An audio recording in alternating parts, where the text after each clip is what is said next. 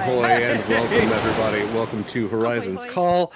Welcome back to our 5+ year ongoing Goddamn. nautical Wow. campaign. I am Derek Sword. I use him pronouns. I am your GM for this game, your guiding compass, maybe your GC and your GM, as you navigate the treacherous seas of Damaris. However, this crew find themselves outside the material planes of Damaris in the oceanic Shadowfell, but we'll get to all that in due time. I do want to say that this is a Sword and Key game. You can find all of Sword and Key stuff at beacons.ai/Sword and Key, all one word. You can find links to our socials. Right up at the top is BlueSky and Instagram. There's also links to our Discord where you can hang out with cool folks like these, talk about cool games like this one. You can also find links to all of our charitable organizations. This game in particular is in support of Feeding America.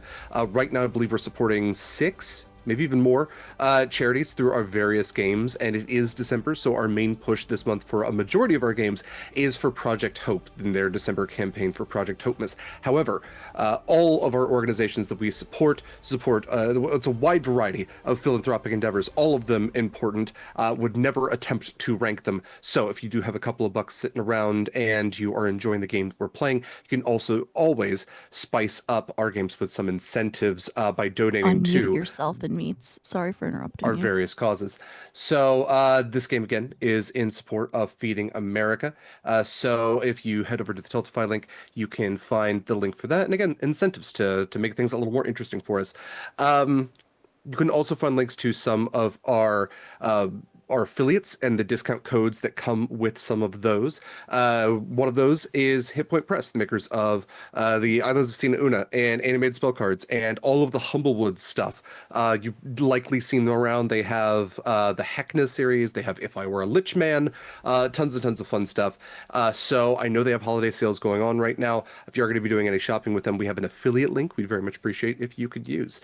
If you are looking for a perfect set of dice in your life or a gift for yourself or others, check out Long Dog Dice. You really can't do better than Jenn's incredible Long Dog Dice.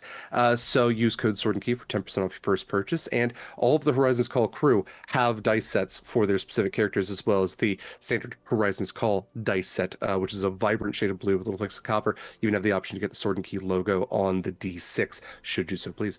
There is also the code Sword and Key that you can use for Eldritch Foundry. They make custom minis. You can use that code if you're getting a mini for yourself or others, or you can use our affiliate link if you have a 3D printing sort of vibe going on and you want unlimited STL files for 3 months. Our affiliate link will get you that for only $19.99. Pretty decent deal. Yeah, I think that's the main stuff. We'll save all of the other things for the end.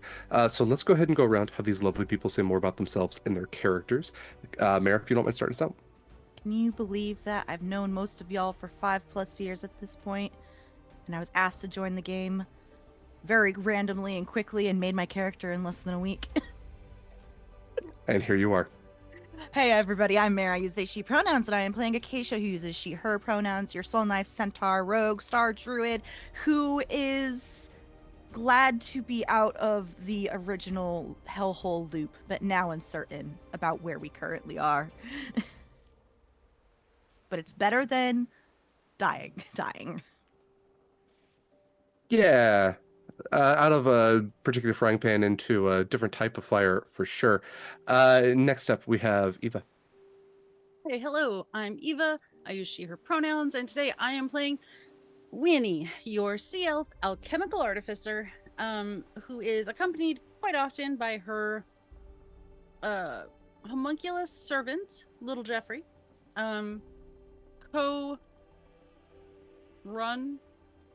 maneuvered between the GM and myself. Currently, he's been staying out of trouble. We'll see what happens. No, you can't say stuff like that. Next up, we have Mikyl. Hey fam, I'm Mikyl. Happy to be back into the Shadowfell, of course, where I play Proximus, he, him pronouns, paladin sorcerer, shadow sorcerer that got his powers from this place and from this one of these people. So this should be fun. I'm sure that won't come up at all. It's not bolded in my notes. Special thank you to Mikyl for the artwork that you see on screen, as well as in all of our promotional materials. That is all his handiwork, and what fine handiwork it is. So definitely check out his socials. And actually, I'll pitch the Discord one more time because Mikyl has a dedicated art channel on there as well. If you'd like to see any of his other amazing works that he's done for Sword and Key. Next up, we have Kaila. Hi, hello, my name is Kaila, use she, her pronouns. I play Rosara in Storm Sorcerer Scarlett Shores, who also uses she, her pronouns, and is having a lot of weird feelings with the Shadowfell. There's a lot of conflicting issues going on here. There's a lot going on for her. Also not bolded in my notes even a little bit. And then we have Jenn. Hi, I'm Jenn. I use she, her pronouns, and I play Kallista, also she, her, the tiefling Tempest cleric. And she's just focusing on everyone else having a bad time so that way she doesn't start spiraling, thinking about her own bad time that's probably lurking for her here. You all asked for this, like actively. We did. I have the receipts from almost all of you. No, you asked, like, think of some people that you would meet in the Shadowfell. I did say almost. Mary, you're fine. You're not Yeah. the problem. Mayor knew better. No, Acacia just doesn't have a lot of trauma with dead people. Yeah, Acacia's fine. Acacia has a nice, like, this is, okay, for your Christmas list, Acacia was the one who's like, it'd be nice to get, like, I don't know, like a teddy bear, and some of you are like, fucking Xbox 360, PS5, also I want them covered in knives. I want to game dangerously. I want a dirt bike. I'm like, you're 3. Dirt bike now. So that's kind of where we're at. Speaking of where we're at, we do have a recap prepared. So Jenn, I believe this is your week. Whenever you're ready, the floor is yours. Yeah, it has been 3 weeks, so cut me a little slack. But hey, like last time, we had been freshly fished out of the corpse soup that is the ocean of the Shadowfell by Corvus and deposited onto the deck of Captain Callisto's ship on this plane. We had some reunions, some introductions. Proximus thankfully returned to a normal height. It was very exciting.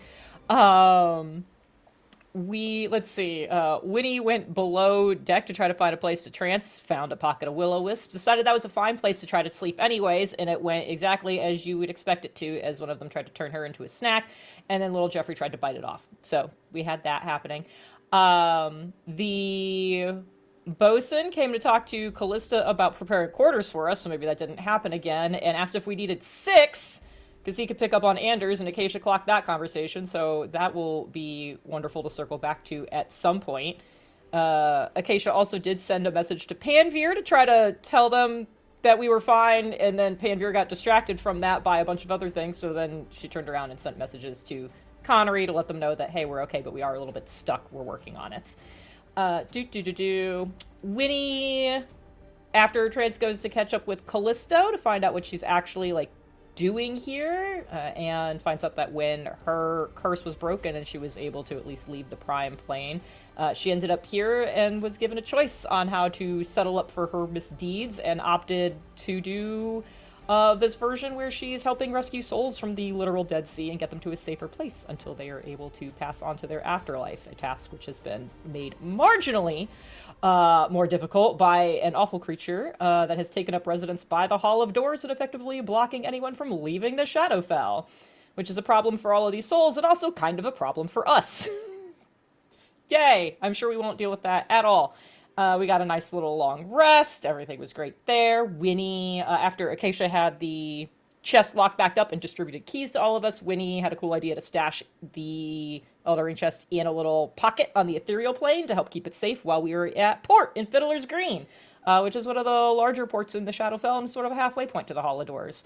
So most of us, along with Corvus and Callisto, just to make it super awkward, I believe the phrase we had in the group chat earlier was an awkward salad bar with awkward croutons on it. So that was good. Headed to town to grab a drink. At the last drop, Acacia headed off to start doing some information gathering, and Scarlett had spotted Captain Cross, the former captain of what had been the Bloodhound and is now Cross's Mercy, her ship. Followed him and had a nice little conversation about how he is also helping fairy souls to work off his less than stellar track record. And they had a nice, beautiful conversation about Marcus and legacies. And then she asked him to help us get to the Hall of Doors, to which he swore and lit up a pipe. And I think that covers everything about where we're at. Very well done, Jen. Thank you. Please enjoy your inspiration point Thank you. for that. I'm sure I won't need it. Maybe not today. As described, And goal hit. Sorry. We hit our I'm sorry? we hit our goal for Oh. Feeding America. So thank you so much for your Yay! donations. Thank you all so much for the Thank donations. you. We'll put them all to very good use. The incentives, at least. The donations I can't really speak for. I'm sure they're going to put them to great use. They rated very highly on Charity Navigator. So, Fiddler's Green, as has been described to you, is a place of peace. It is a place of rest, but not final rest. Although for many here, they anticipated it being a final rest. So, you find yourselves in this city, a city that seems liminal in many ways. It exists both as, a port town, because there are many ships that are docked here, and the obsidian ocean laps against these black sand shores. There are structures of various types. You can see architecture from almost all over Damaris is represented here, as you can tell that there have been souls that have resided here for a time. Probably longer than, as you're thinking about it, longer than maybe the Second Death was an issue, which also indicates that maybe some souls aren't ready to pass on in this halfway point. So you can see that there are some structures that seem older than others, but it seems pretty reminiscent of this hodgepodge port city that you might imagine if all of these puzzle pieces were smashed together. So some are stone, some are wooden, various different influences involved here, and everything seems to glow with this green light, this almost like Kelly green or emerald green light that emanates outwards.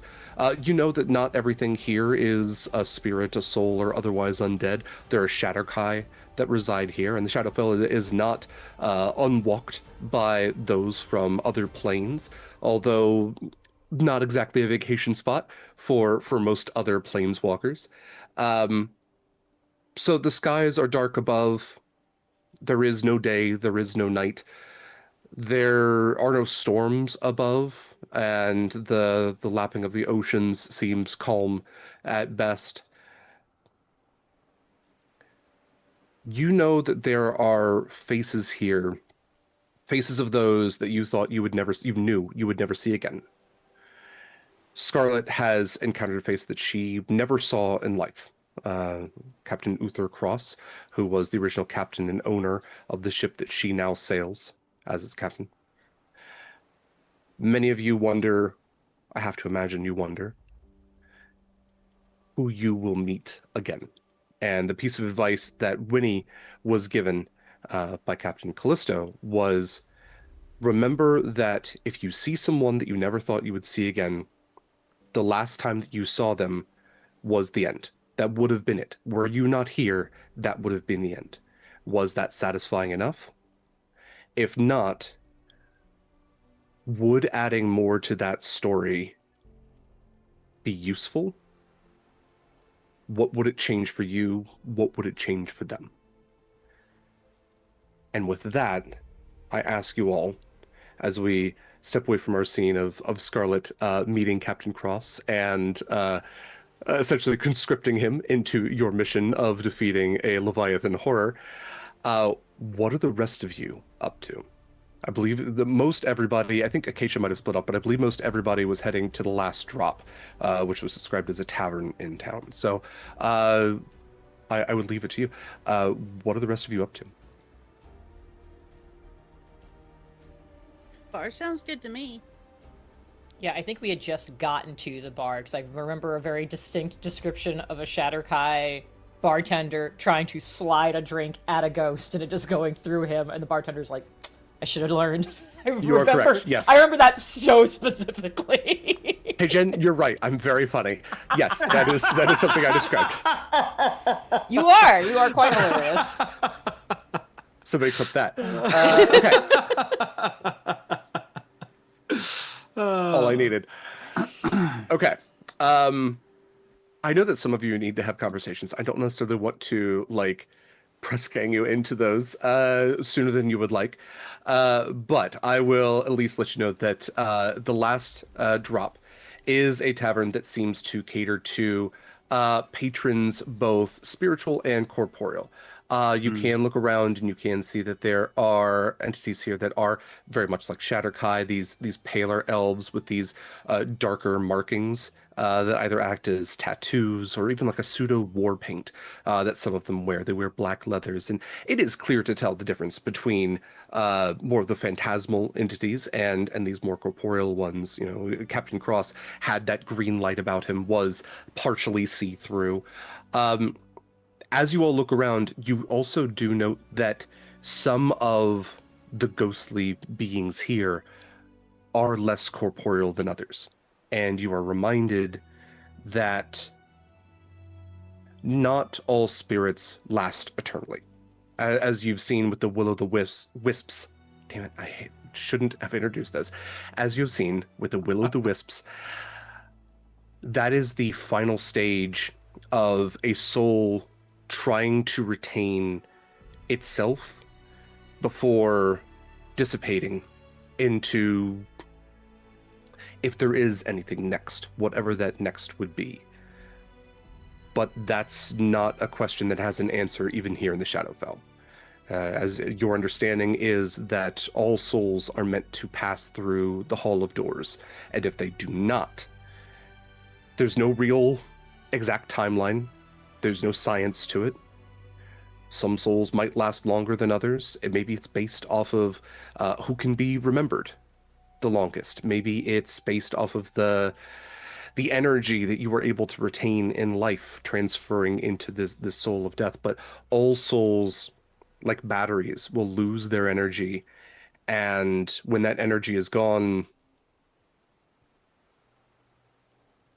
what chance is there left?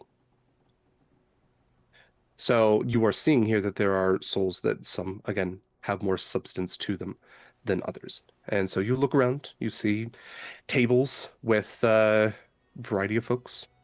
Again, some are moving in. Variety of types of clothing as well. And there doesn't seem to be a lack of community here. Or really a lack of joy, despite the fact that almost everyone here is dead, and despite the fact that everyone here is essentially trapped. There's not... I guess everyone here is dying like there's no tomorrow. And with that, what would y'all like to do? I don't know about anyone else. That sounds like a Kallista vibe to me. Dying like there's no tomorrow? I mean, that was a out of character joke, but yes. Oh, okay. When he just randomly stops in the doorway, like, well, Also, if the next James Bond movie wants to take the title "Die Like There's No Tomorrow," I'm willing to. Yeah. My fees are not that like. Get at me. They're Hollywood. pretty low, yeah. Yeah. Sorry, Die Another Day. Come on, like Die Like There's No Tomorrow. It's. I'm just saying. I don't want to be James Bond, okay? But I think you're really good with the titles. God. Okay. Since everyone's hesitant, my question is: has Winnie we've gotten the whole spiel from Winnie about the conversation with Callisto? Yes. oh yeah. Okay, great.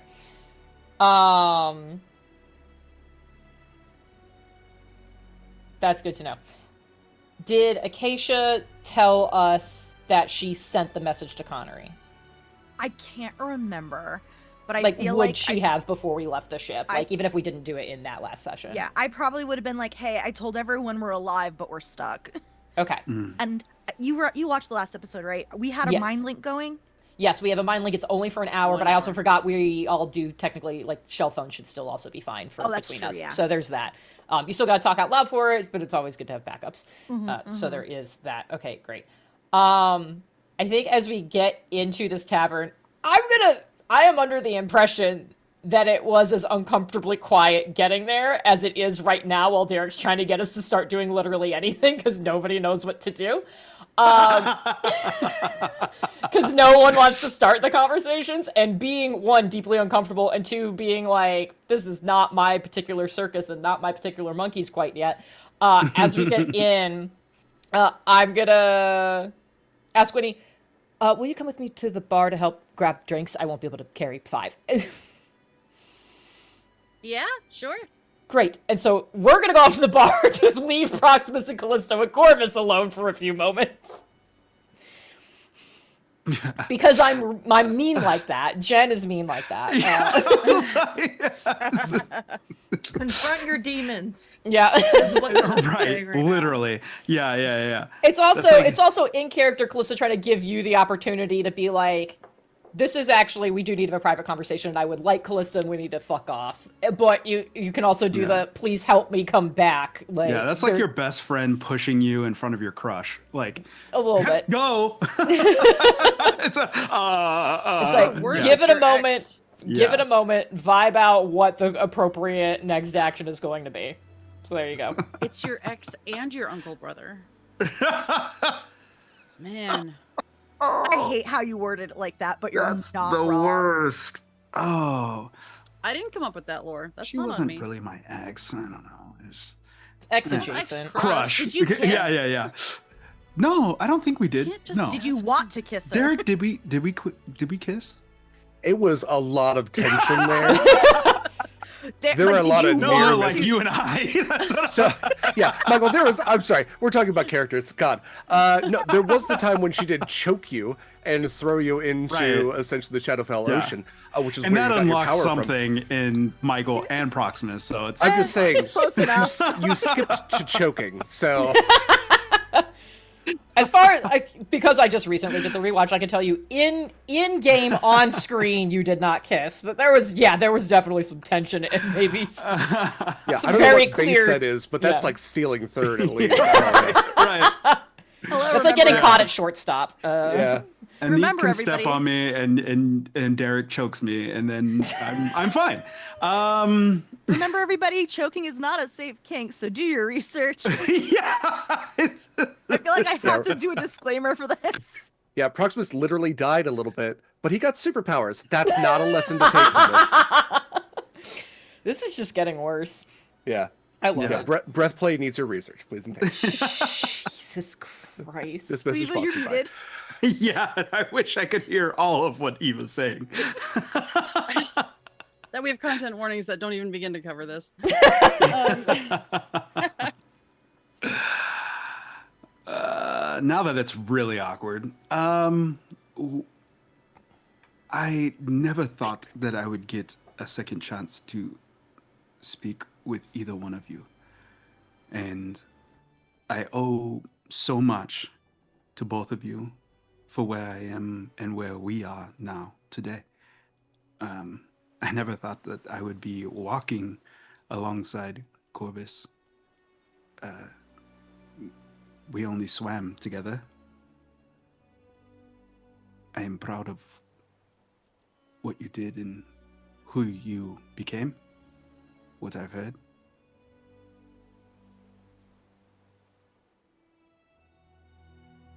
I appreciate your pride, brother.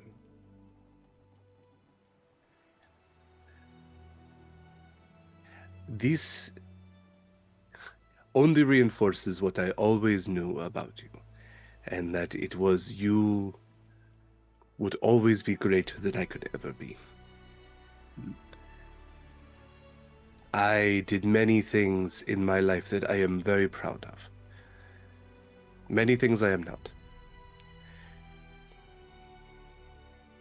But in the end, what I know is that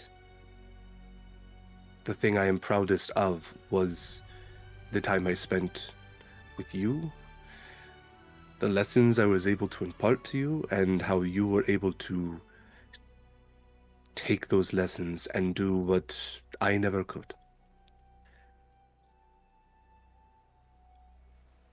It is good to see you again. It is good to see you, brother. And he will lean forward and press his gemstone that is in his forehead to yours. I need to get a new one of those. Just a Kallista. thought. Just a thought. I Yeah. don't say that out loud. Yeah. Just Callisto to be does look you up and down. You're still holding on to... Well, you're still holding on to a lot of this place, aren't you? Unfortunately, yes. And it served me well when I needed it. I don't really understand where it came from or what it is doing, but it is like the flip side of a coin to me.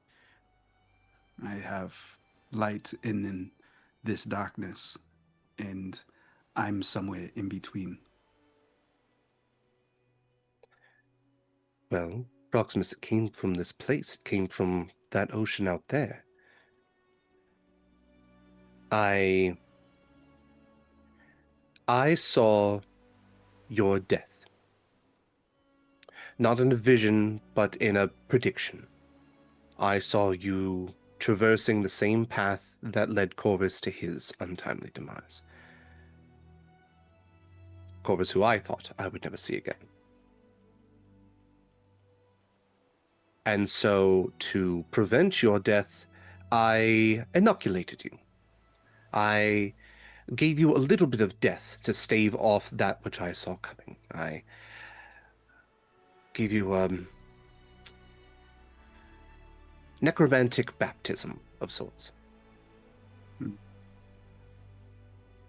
The choking was part of it. But I did not anticipate that you would retain so much of it. It was only meant to be a stopgap. And I'm sad to say that it became more shadow in me than what I would like at most points thus far.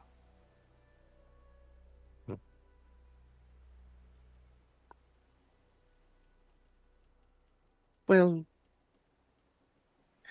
in a way, part of you is home. Hopefully, you can leave it home when you leave. I'm not sure I have any reason to go back.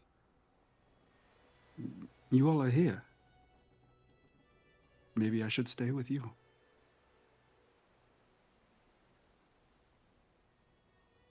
Weird. Corvus looks over to Callisto, and Callisto looks up to him, and she looks back at you, and she backhands you. Can I do a dexterity saving throw to just like catch her hand? Sure. Can I give my crit to Callisto? Yes. I would like to second this if I need to give it advantage. Well, it's a saving Just let it throw, all so stack. Kayla, you're giving your crit. I've got 3 of them. I will give Callisto one of my crits. Say less. You all want me to get hit. That's fine. Choke was a me, hit me, very- step Derek on does me. have a crit, I to be love clear. it. Yeah, but I don't To be want fair, though, Derek you to said use his something crit for it. really hittable. She looks completely unfazed. It doesn't like do any damage. It's just a little Yeah. jolting. Yeah, I think it's yeah. jolting also because of like the level of cold that just Oh, emanates yeah. from her hand.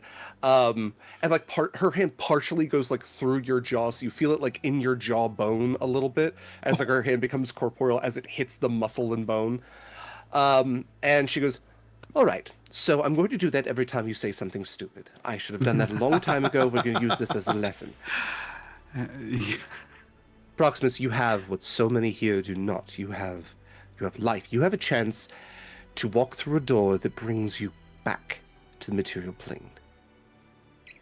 Corvus and I do not have that. And granted, there are spells which could pull us back, shuffle our mortal coil. But I have a task here. And she looks up to Corvus, who again looks down to her, and I have found a new purpose here. I would never want you to stay.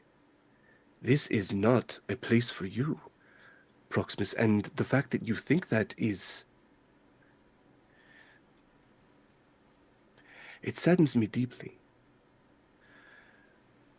So much has been done to keep you alive, to keep you fighting. I know that our fate has been shaken more times than once, but surely there must be part of you that thinks that must be for a reason. There must be a purpose to you. Why would it be that you stay here? And if so, to what end?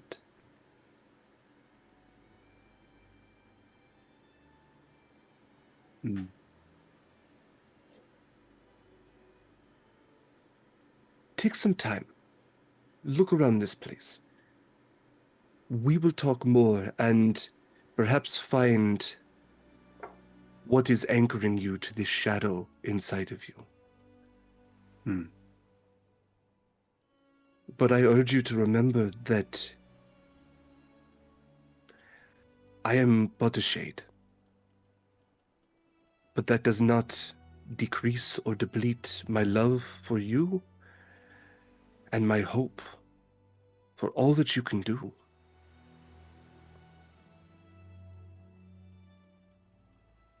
Be the better one, Proximus.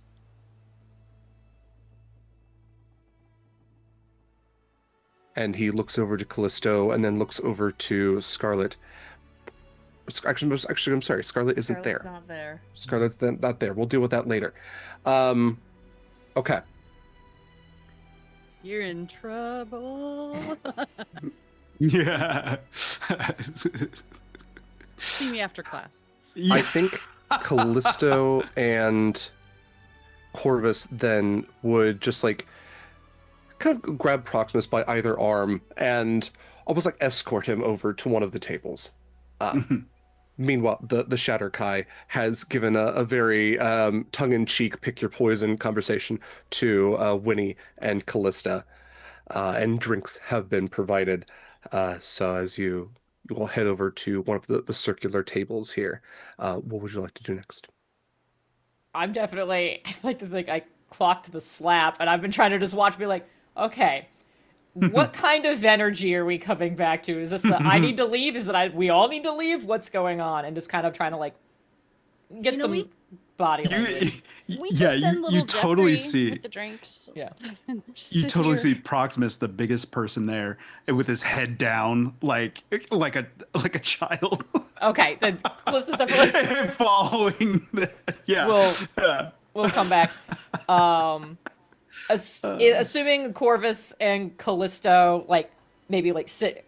Did they sit next to each other, or are they on either side of Proximus? Are we still in chaperone mode? At this point, they are on either side of Proximus. Okay, great. Then I will take a seat next to Corvus then.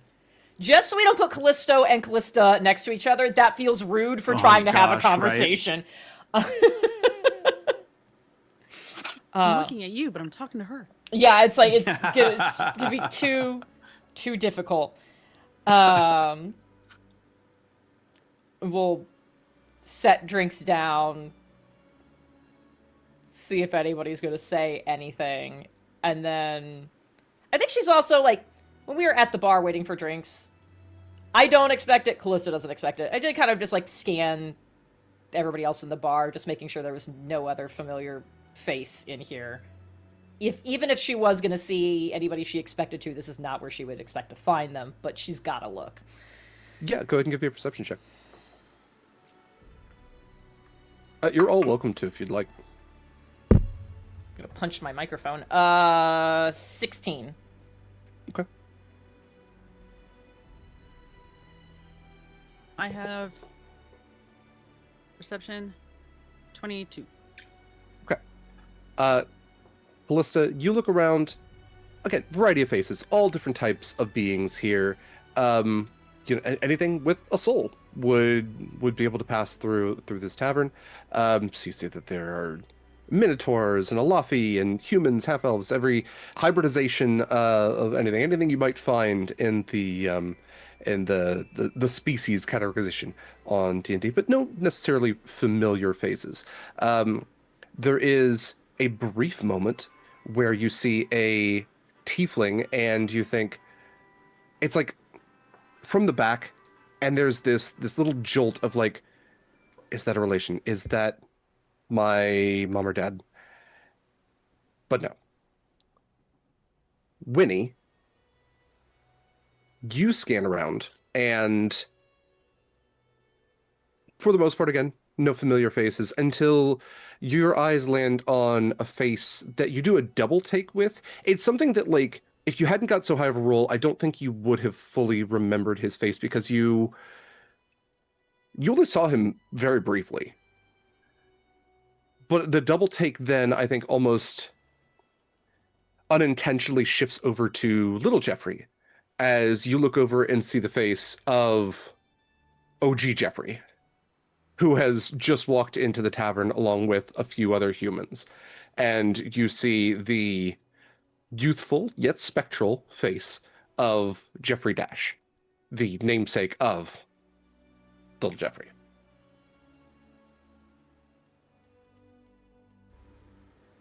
Winnie will go back to the bar and she'll ask the Shatter Guy to put whatever the original Jeffrey's order is on her tab. And if the Shatter Guy doesn't mind passing on the message, sorry about all that.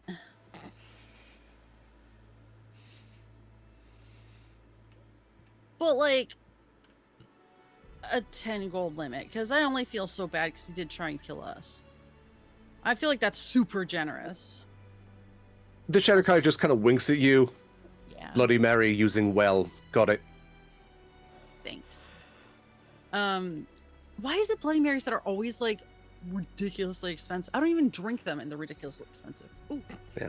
I think it's all the additions they put into, like, someone will have like a cheeseburger in them or something like that. Bacon, yeah. Yeah. Anyway, you go back to your table and you see as Jeffrey Dash walks up to the bar, is handed a drink almost immediately, and has a confused look. And the Shatterkai just see him kind of like gesticulating a little bit, explaining something. And then you see him mouth like, sorry about all that. And Jeffrey Dash just kind of takes the drink and goes, and just walks over to a booth with some of the other spectral beings that he's with, and just sips away. The Shatterkai looks over to you and winks again. Jesus. I feel good about that. There we go. Closure. It's beautiful. God, it's that easy? Perfect. This is going to be so fun. To be clear, he attacked us. He was infected with lycanthropy. And we had a cure for it. Yes. But at the time, for some reason, it didn't. It was season 1. So I mean, if it was makes you feel season better, one, Proximus murked him. Within the first So, 3 or 4 episodes, like it wasn't you. We were still kind of, yeah. I didn't let him out of his cell. Like, he broke out, if I recall correctly. Mm-hmm. it wasn't even a cell. He broke out of a wooden door. He was an Imperial, so he was an Imperial Yeah. serving on an Imperial ship. Yeah, was a Why coward. are you apologizing to an Imperial? Well, he did go through some trauma. Like, he. Okay. A little we bit, had little to- bit. Yeah, like, But he's nerfed, and yeah. now he's gotten a drink in the afterlife. Actually, to be fair, I'm pretty sure he was left behind, like, He had Yeah. locked Was it- himself away because was the it Kuatoa Kuatoa? had killed. It was Yeah, Kuatoa. Kuatoa Yeah. had killed Got the it, entire got it. ship. Yeah. Season 1. What is that, like episode 3 or 4? Yeah. Okay, no, but wait, Yeah. wait. Some people weren't here. And That I was believe No, I'm just saying, if anybody Pre-Acacia. wants, I am Yeah. just commenting on how long ago that's been. No, I know, Yeah. but it was And, also like your best session title ever. Which one was that? Was that Hunt for Red October? Yeah. God damn, that was a good title. ship That was was a the good Red fucking Owl. title. Damn. Yeah, because the ship was the Red Owl, the Hunt for the Red That's October. right. Hey, people, I had Oh. some good episode titles. Go back through our very long catalog if you There, wanna there were some catch up very on good ones in Yeah, there while I was yeah. catching Yeah. up. Michael had a All really right. dope interaction with the crab too. It's true. Yeah, you used your trident of fish speaking to turn a giant crab against its Kuotoa masters. Pretty tight. Yeah, that was Pretty cool fun. stuff. Yep. With the prompt of, Michael, I think you have something that could help you with this. Season 1. Back when I wanted you all to win, and now you just Now we're Oh, here. Back yeah, when this was that's only right. supposed to be 12 episodes. Oh, I don't yeah. Oh, man. I don't want to talk about it. Okay. Okay. So, yeah, sitting at your table, again, seeing a familiar face for Winnie, not so many for Kallista. Callisto puts both of her hands flat on the table and then steeples her fingers. So, you want to go up against the Second Death. Want to feels like a strong interpretation, but yes. Fair, because none of you are staying here. And she looks over at Proximus and like is brushing the back of her hand where she has some spectral rings. She's got brass knuckles. That's amazing. I'd like to think Kallista's got a stupid high passive insight. I feel like I'm starting to put together some of what I saw from a distance in that comment. I'd really like to think so. It's a passive of 20, all right? I Yeah, pick up yeah. a lot of vibes. Yeah, I Yeah, think you also malicious are picking up intent. the Proximus. It's a little into it, so Yeah. God. Yeah. The signs are all Um, there. let's pause there. Let's get over to Acacia. Where were you heading? I have a list of 4 things I would like to do. Okay, 1, let's hear it. I want to visit some shrines. Yes. 2, I'm gathering some information. Okay. 3, whatever you have planned for me for who I'm talking to. Fair. 4, find a souvenir for Panveer. Okay. All right.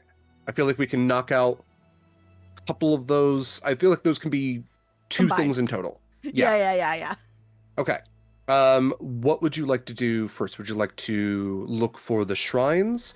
Or I guess we can. The shrine seems like the most directed place because the souvenir, there's not necessarily a singular place that you can get that Right. from. Yeah. Okay. I think what I'm doing first is I'm Yes. gathering info, just listening. There's got to be, has to be like thieves, like scratches on the walls everywhere. So I'm going to do that while also keeping an eye out for the shrines and the souvenir. Interesting. Okay. You just made me ask the question of, do thieves skills still exist in the afterlife? A thief in life is still a thief in death. It is. It absolutely is. There's the whole thing of like, well, what is there left to steal? But at a certain point, like, it's not about the need. It's the drive. Yeah. Okay.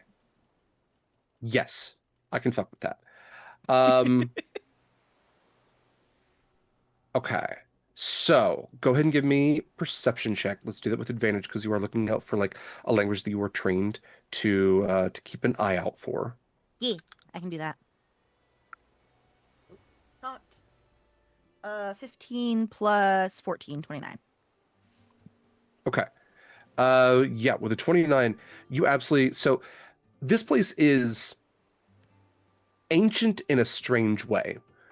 It both seems like it's maybe a couple hundred years old, with some of the architecture thousands of years old with others. It is so multitudinous in like the peoples that have been through here that it bears the markings of generations. And you also kind of like getting the vibe that like not everybody necessarily passes through here. This hasn't always been such a stopping point. And again, like some people might stay here longer than others based off like direct want. Or there might be others like Callisto or Captain Cross who serve in this plane and use this as like a home base. There might be other islands like this. You're not even sure. So you do see markings that maybe your dad's taught you, like, hey, this was an organization that no longer exists. Like all of its members were killed off in a purge with like a rival gang, or maybe the Imperials use this. Maybe they're antiquated versions. Like you see a marking of the Eve Walkers that you would have learned just as like a fun fact, where Curio was like, yeah, so this was like the earliest version, or at least the earliest version that I was worried about. And then there's this one, and then there's this one, and then finally we ended up with the one that you're most familiar with. So you're seeing like generations of these markings. None of them are particularly like, hey, good place to fence, good place to hit. Like this is protected. There's guards here. There's nothing really like that. Most of it is just like tags. Just this person was here. This organization was here. This place is safe. Or this place is, what we're seeing the most, neutral zones. Kind of like Callisto had told you, like this city again is a place of peace. It's not a place for causing trouble or conflict. I don't know how far in the city you're really going. What I will say is, if you got out to the outskirts of the city, that's when you start to see the most clearest markings of don't go any further. Like this is the dangerous zone. You may or may not see that, but just to throw that out in case we do get to that point, that is the clear indicator that's being given. If I see like a bunch of miscellaneous like tags and stuff, one, I think I'd add my own tag, just for the shits and giggles. But also, if it's a lot of just like neutral zones, people were here, so on and so forth, I think I'm just gonna look for a group, a posse that is just hanging out and shooting the shit, preferably Eve Walkers if they're still around, and just try to hit them up. Yeah. We can carry over the perception check. So I think the interesting thing about the tags as well is you can see competing, like rival gangs or organizations are like right next to each other. So there's not like a lot of turf. But yeah, I think if you travel far enough, that you might see those who would have passed in service to the Eve Walkers as they are still wearing their regalia, their hunting garb, their thieving garb, and so you would see a group of them kind of just standing about. And again, there's other spirits milling about here. There's other corporeal beings, physical beings that are milling about here as well. Not exactly a lot of trade being done. Will-o'-the-wisps are floating all about like motes of light. But yeah, you can hear like this little like chittering and then this raucous laughter that's given out by this very large half ogre. And you would look over to see the Eve Walker insignia on the brooch of several of these individuals. And The yeah, nobody insignia- seems to mind. Is the insignia like older or newer? It's a mixture of. So this almost looks like multi-generational. This might not have been all the same group, but they have found each other in the afterlife. Yeah, I think I will just quietly walk up, not hiding or anything, very, very visible, we'll say. And just like sign like a greeting, an Eve Walker greeting, and like make my way up to it. I would say morning, evening, but I don't think time really exists here like it does in the material. The half ogre lets out this big laugh again, and they all look over to you. And there is a little goblin down there. He's like, "I don't recognize that hand signal. Is that one of the newer ones?" And there's an elf that's standing next to us. "Yes, it is one of the newer ones. I believe you died, a decade before they started using that one. Where are you from?" And he looks to you, Acacia. Soteria. Soteria, that's an interesting place. Got another fellow from Soteria. Oh? Maybe I'll know them if they died within the last 30 years? 30 years? I think a bit more than 30 years, but it made some sort of home there. And hideout for Eve Walkers and all that. Named it after his wife, weirdo. Caliban? That's him, old Caliban. Caliban the Kind. Him and Silly his- name. I have had the pleasure of meeting him and his wife exactly once. They still around? Yes, actually, they own a place up the hill. They're one of those couples that like to stick around. Worried about what comes next, don't want to be separated in the afterlife. Who knows if we'll go through the same door? So, made a nice little home for themselves here. How did you said 30 years or so. How did you happen to meet old Cal? They were haunting their abode back in Korra before we blew it up. Haunting, so gauche. Some people Listen. just don't want to move along, you know? Out of character, Acacia didn't stick around, but is Acacia aware of the fact with and everything, like you can't move on? Yeah, I will say Okay. that is common knowledge at this point. Okay. Winnie relayed everything Callisto had told her, so yeah. Yeah, perfect. Well, from what I understand, you can't really move on. It sucks if you wanted to. Yes, but Cal had the opportunity is the thing. Oh, how long ago was the doors closing and such? That's a hard question to answer. Got it. How long ago is something here? I see what you mean. Yes, and people arrive at different times. Just because you die doesn't mean you're showing up next day. There's pathways that are harder for others. And some people get a straight line to where they're ending up in the first place. Not everybody comes through here. Good point. Sorry, by the way, my name's Acacia.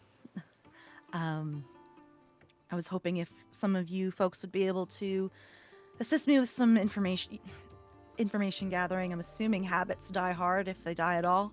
Absolutely. I apologize. I'm getting over a cold. I'm going to turn my camera off and hack my brains out. I will be right Okay, back. absolutely. Quick, we've been left unattended. Help! Red drink for everyone. Hey. Oh, we all get crits. Isn't it this? Jesus. A portal opens and we get to return to the material. It's fine. Everything's great. For Quick, real, what do you all want? while he's gone, I actually had a message I was going to send you, Mayor, when the scene was done, but because I didn't want to interrupt it. How long ago was Acacia's prequel set?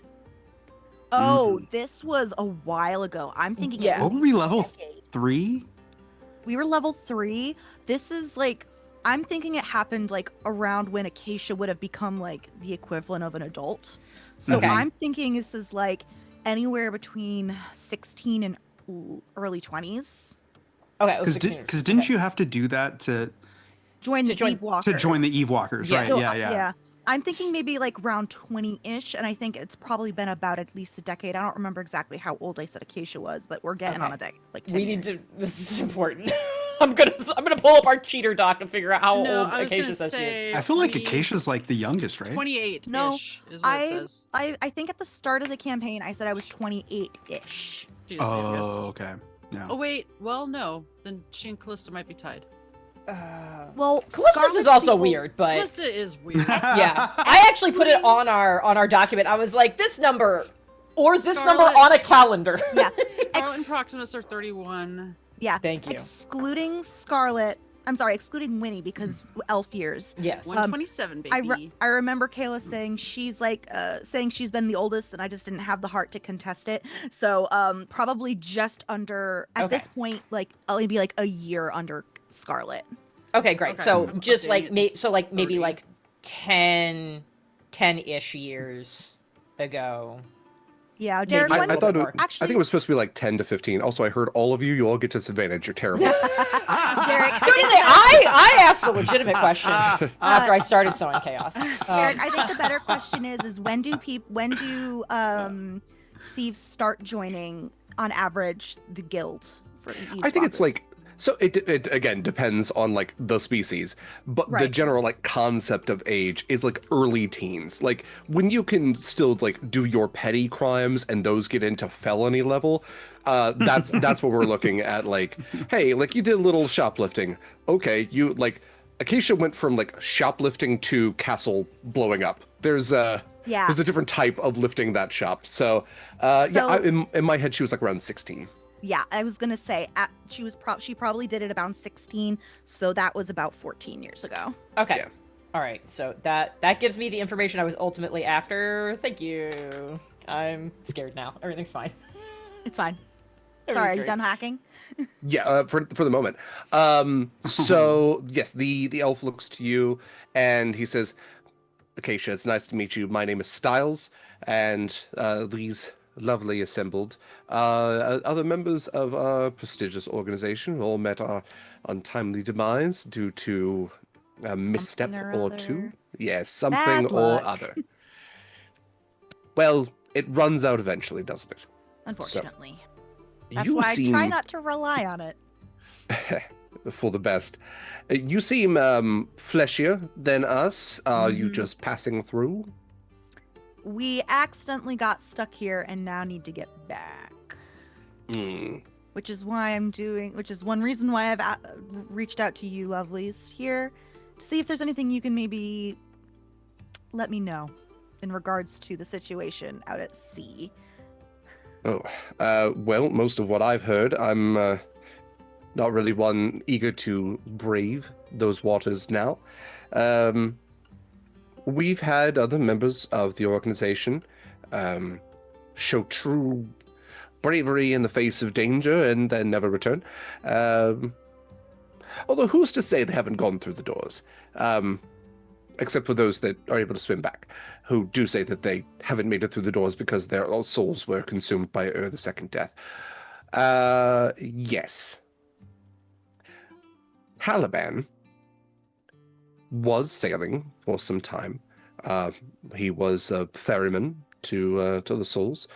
He has a ship, although he hasn't really taken the waters in some time. I believe he feels a level of not wanting to put others at risk.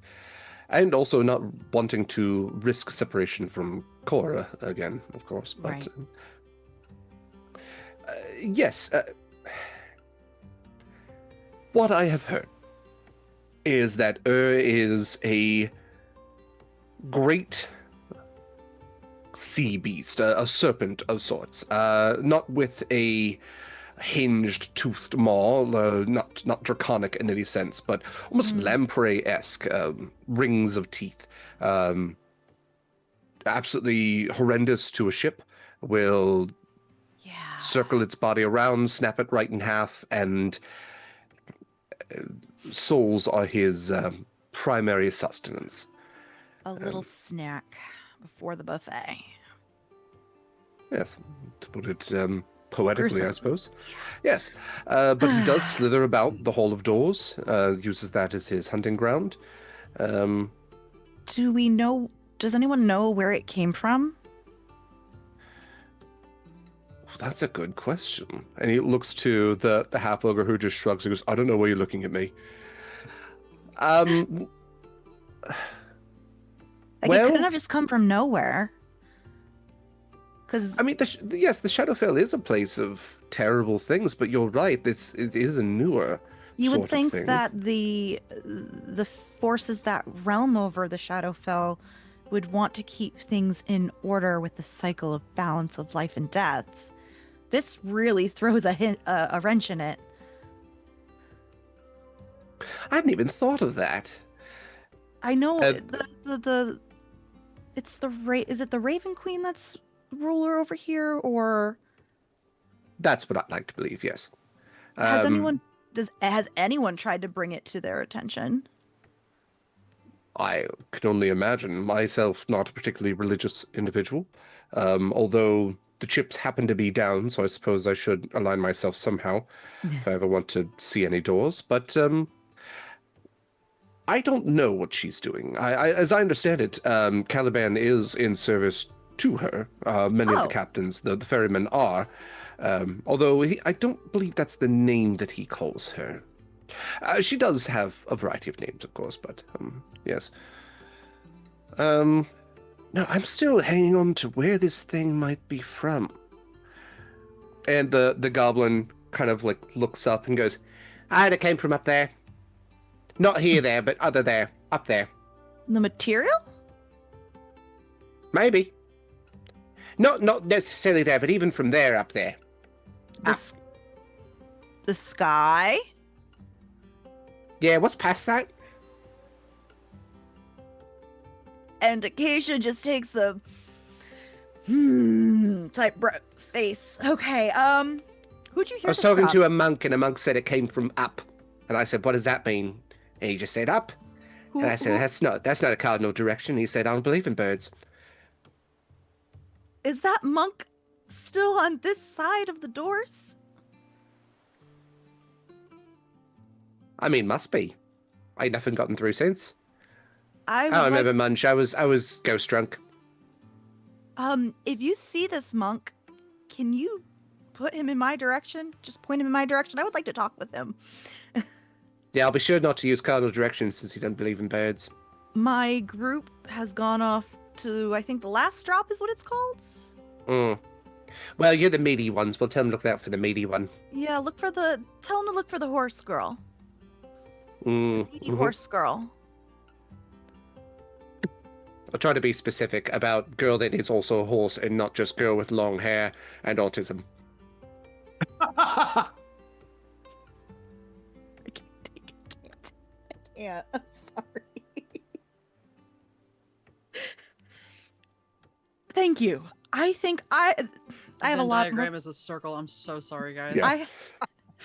I have a lot of questions that I don't think you'll be able to answer, and I'm gonna have to talk to Caliban. And apparently, this monk, if I can find him, It was a monk or a druid or something.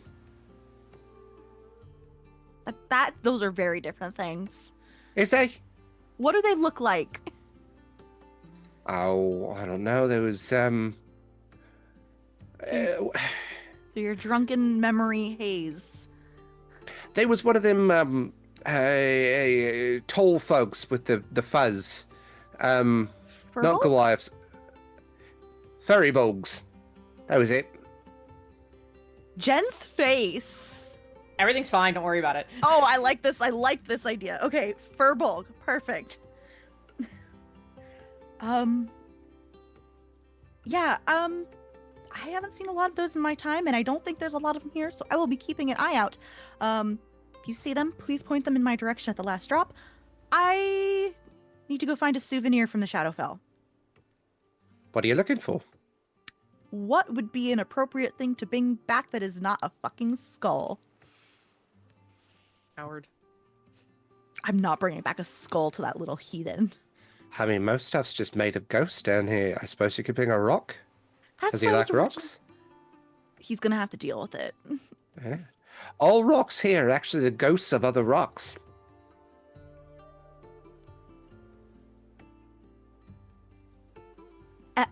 Thank you for that little tidbit of knowledge. Hmm. The elf just is looking you right in the eyes like, that's not true. I read it in a book.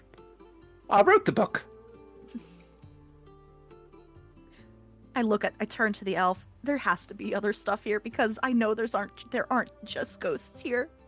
The Shatter Kai live here. Do you have any suggestions? Yes, listen, the Shadowkai, there are certain resources that can only be harvested in the Shadowfell. We have certain fauna and, well, flora, more specific, is probably something you want to take back. There's only trees, certain types of trees that will grow here in the Shadowfell, certain types of plants. There's certain types of metals that can only be harvested here. So certain armors and weapons can also be resourced from the Shadowfell. So yes, I'm sure there's a store or a smithy or something nearabouts. We have little need for material goods, so I apologize I don't have specific recommendations. Thank you. I will keep an eye out for a Shatterkai store or smithy. Sorry, I'm still reeling from the rock comment. Mhm. Just look out for a Shadow Kmart. You've been very helpful. It's nice meeting you. And you, Acacia. Good hunting, and hope you don't stay here. I agree, and hopefully the door will be open, because I don't plan on dying anytime soon. Okay. I'm going to keep an eye out for a smithy. Oh, I would have also asked for directions to the shrines. Yes. Again, cardinal directions tough here, but they point you up the street, which kind of leads like uphill. Again, it's kind of built into a hill, and you can kind of see some of the shrines, some of the temples, churches, peeking over some of the smaller buildings down this way. Yeah, so I'll keep an eye out for a smithy and start heading towards the shrines. Cool. And keeping an eye out for Forbolgs who might be a druid or a monk. I don't know. Perfect. Okay, let's cut back over to Scarlett. So Scarlett, you and Captain Cross have been overlooking the ocean on this little break in the mountain, this little outcropping of rock. He has agreed to sail with you in confronting Ur. What would you like to do next? I guess we'll ask if he wants to head back to the tavern. More importantly, would he like to meet the rest of my friends? I guess that's the more important question. I suppose that if I'm going to be sailing with them, I might as well meet them. So, sure. Where are you drinking? I believe most of them went to the tavern. Yes. All right. Well, before we go, yes. not even most. My name for them is not the same. All right. My name to them is Scarlett. All right. Is that a secret to them, your real name? No, it's just not used. Oh, it's like a different friend group sort of thing. It's like, don't be weird when I use a British accent, but around these friends, what they're used to sort of deal? Kind of. It's more so I didn't know my real name until about a year ago. Right. Right. Yes, you mentioned the Ogden thing. Yes. Right. Well, that's fine. I'm more than happy to refer to you as Scarlett or Dianthe or whatever you like. Scarlett is fine. Scarlett it is. What does Marcus call you? Depends. That tracks. No, he absolutely has that. It's Dianthe when he needs something, means something, or is mad at you. Never mad. Good. It was always, yes, Captain, until it was Uther, listen. So, I understand. Glad to see that that's a consistency. Yes. It's nothing if not. Well, lead the way, Scarlett. I guess we'll head back. The way we came. He has a pipe that he is puffing on. Green smoke is puffing from it. And he walks confidently next to you, his captain's coat spectrally trailing behind him, catching this invisible wind. And before too long, you find your way to the last drop. And you walk in, and you see at a table, just a little bit past center of this room is your group. You can see that Callisto and Corvus sit astride Proximus. You can see that there's Winnie and Kallista. And as you walk in, Captain Cross... Across from Proximus, right? Not astride Proximus. But that would be on either side, right? No. On either side of Proximus. No, they're riding Proximus. It was a very clear word and I needed clarification. Thank you. Derek, stop. I thought astride met on either side, and here we are. You're thinking of straddling. Well, it's because astride means a leg on either side of, and so in Yes. my head, okay, yeah, never mind. Yep, That- they got that a is leg the on. definition. In the No, they middle are- of they are- the tavern. They have Proximus's, like, they have a leg over each of his thighs, just like spread wide. Yeah. No, You're we are making this stopping. Brother, Okay. uncle thing It's- real No, weird it's, real I'm quick. actually going to Nalos- yellow card that. We're done with the Fair Valid. So, No, Captain the Cross. chat is wild. Captain Cross takes the pipe out of his mouth and looks over to the table of more corporeal beings. Is that your group then? It is. Yeah, with some of us still being You're muted, bud. alive. You sure you want to claim us? It's wild because Zoom picked up the captions. Hmm. Yeah. Oh wow. I haven't touched anything. Am I still muted? No, you're good. I can hear you. I'm good? Okay. Weird. Zoom. Yeah, it's the group there where some of us are still alive. His eyes narrow just a little bit, and he looks at you, and then he looks back over and goes, like, almost stomping towards the table, and stands over Callisto.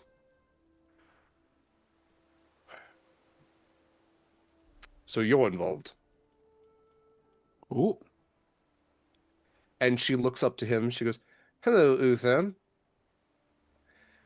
What do you want?" Oh no. And he looks back at Scarlett, looks at the table.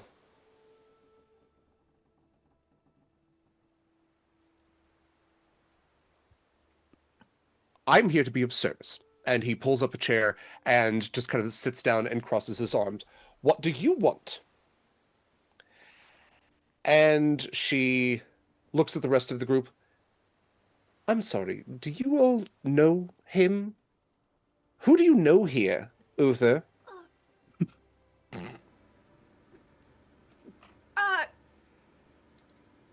I currently... Wait. Uther? Everyone meet Captain Cross. My name's Winnie. Hello, Winnie. I captain his ship on the material plane. Callisto looks back to you.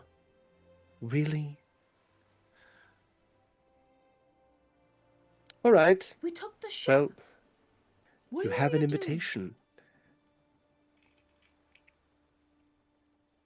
He uncrosses his arms. "I expect this isn't going to be a problem, Callisto." Why would there be a problem? They both look up at you and they go, "No reason. No reason at all. No. Why would there be a reason? There's no reason at all. No, we don't have a problem. No reason. No. Nothing." Insight check. For real. Sure. Get a 2 or above. Fuck this shit. Please roll a I 1, would- that'd be so in a funny. society. I know, right? That would- I would like to... Where is it? Detect thoughts. Should I do Code of Truth? Oh my god. Oh no, Winnie's drink is empty. It was a natural one.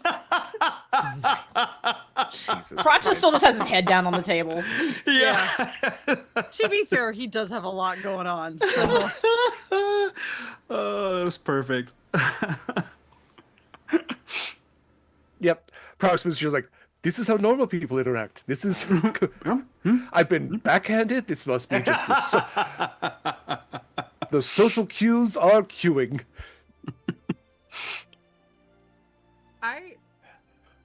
We are 3 captains here. I would assume we can at least be upfront with one another.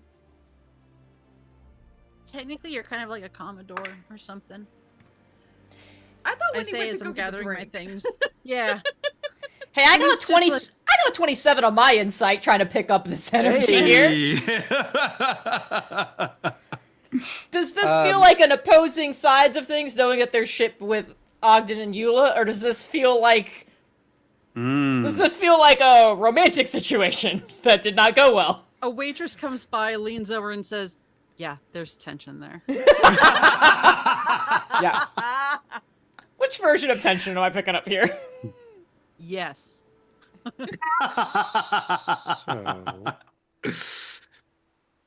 Wait 1 second here. Oh, I don't like that. No, this isn't on Is he you. rolling? Eva... I Wait. do. No. Oh, okay. I believe I've named too many NPCs.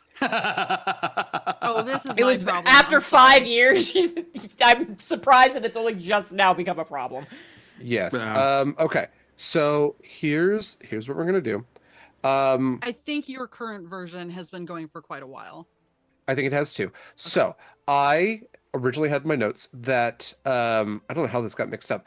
Captain Cross's original name in my notes was Yaxley, Oh. Yaxley Cross, because I have another Yaxley who is That's also right. one of the hands of the Eve Walkers, Yep. and I think I actually changed his name. I have another Uther as well, but he showed up like in one scene. He was a dwarf in something. So what we're going to do is we are going to retcon for the sake of my own sanity, Really? and we're going to change. Yeah, because Uther Axinger is the dwarven former captain of the Iron Marie and the father of Demira from the Scarlett prequel. Right. he has no first Yaxley. name. It's just Captain. It's just Captain Cross. It's just Captain. It's just Captain Cross. Captain Cross. Yes, Captain Cross.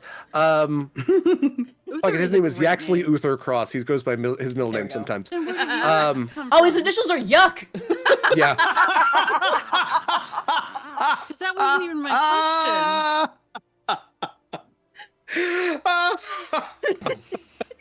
Okay, so you're sticking with the Yaxley. Yorick no longer exists. York was never an option. Okay, that was somewhere in a note somewhere. So Poor I will. Yorick. Maybe it's because I saw. Yeah, Yaxley alas, somewhere poor else. York. I knew him, Horatio. He was a fellow of most I wa- infinite it jest and most seemed excellent fancy. appropriate. God. Okay, Yaxley, Uther, Cross. Yeah, I don't have York anywhere in my notes. So after Okay. 5 years, yeah, some mistakes are made. Okay, so Anyways, back to me inciting what type of tension we've got going back to you on inciting. here. The tension is you got like a 27 or something. I got 27. It's Yeah. stupid high. It is professional and personal and Mhm. jilted in a way. Did I hear there was a detect thoughts being cast? Yeah. Yeah. Okay. So detect thoughts gives you like surface level and it's just gonna delve any deeper. Is that correct? Yes, that is the way it's Yes. written. Yeah. Okay. So what I will give you is surface level. For Callisto, the surface level is I really hoped I would never have to see your stupid handsome face again. Oh, For Captain Hey now. Cross, it is you left me with no pants and no ship and no dignity.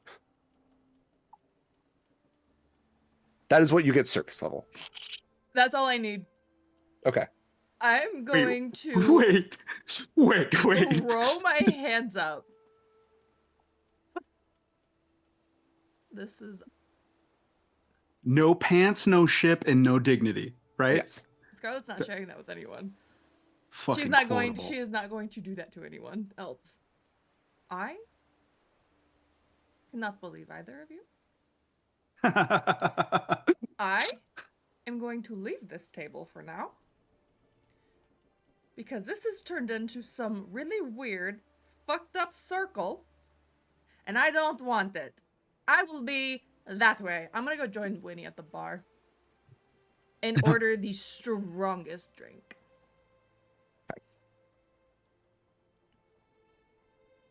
Scarlett, did things get a little too weird? Oh, weird doesn't cover it, Winnie. Weird doesn't cover it.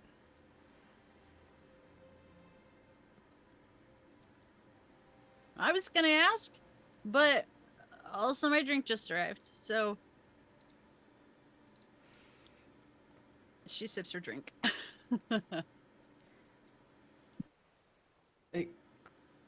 Kallista is at this table that she is now piecing together a what appears to be a chain of people. It's getting real fucked up.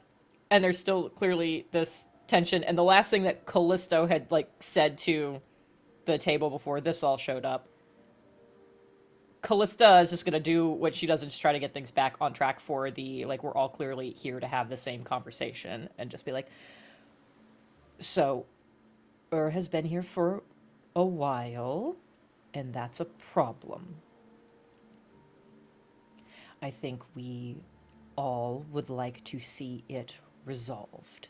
So, whatever this is, get it together.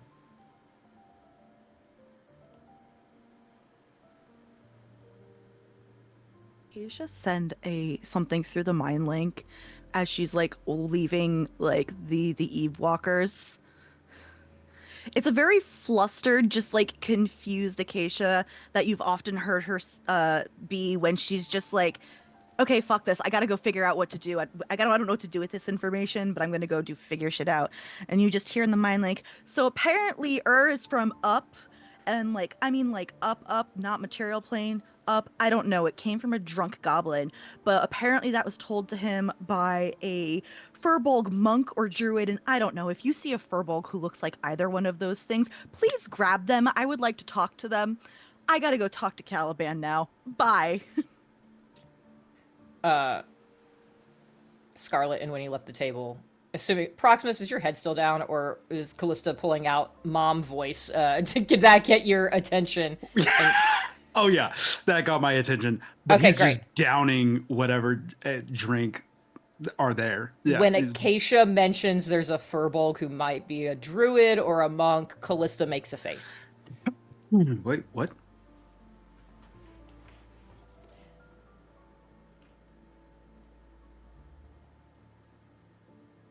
And it's quiet for a second, and then...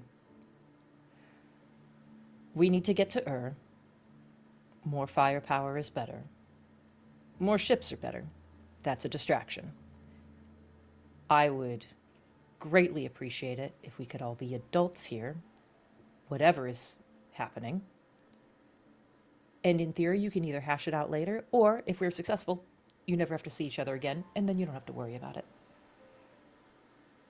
You pick whatever option is most appealing to you. But I would like to make sure we all, and I look at Proximus, get to where we are supposed to be.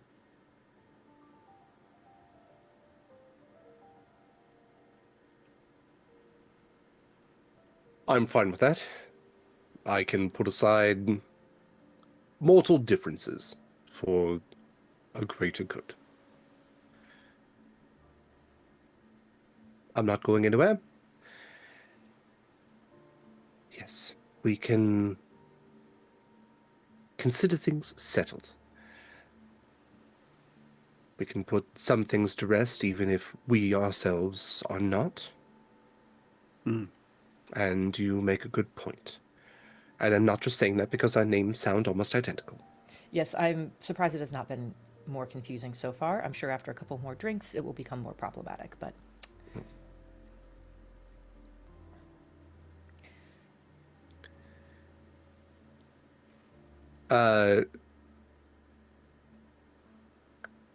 Horvis leans towards Callisto and whispers something in her ear, and she just nods, puts her hand on top of his, and he steps away and walks over to the bar with Winnie and Scarlett. Winnie, I was wondering if I could have a moment with Scarlett. Not to exclude you in any way, it's just I feel that there are things that need to be said that...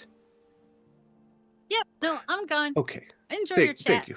Yeah, okay. gather up her stuff again and Just go to like a daggers at Winnie, just a the fact that she's two- leaving her. like a little like 2-person table like off from everywhere. She's like, I thought we were friends. Yeah, but like you got shit to work out, my dude. Sorry. Love you, bye. All that is said, like, without words, just the widening of eyes and raising of eyebrows, lowering of eyebrows. And Acacia's just on a walk Easily. with popcorn. Easily could have used mind link. Yeah, Absolutely did not. no. Just like a Scarlett's also a telepath, so she could have also talked to you that way. true. Winnie is not though, so you get the I can detect the thoughts on expressive you, eyes. So. You absolutely could. Winnie absolutely would not resist that roll. This time, anyway. Oh yeah, just for like, in the point of communicating. Yes. Corvus leans against the bar and isn't sure what to do with his hands. He like folds them, puts them down at his side, like leans just so what is it you're supposed to say? We need to talk. And that's where we will take our break. Stick around for about 10 to 15 minutes. I believe that we need to put some horses away here at Sword and Key Farms. No, we don't need to put horses away. Never mind. But still, we are going to take our well-earned break. So enjoy your ad reel. Please utilize any of our discount codes for our wonderful affiliates. And if you have a couple extra bucks sitting around, it is the season of giving.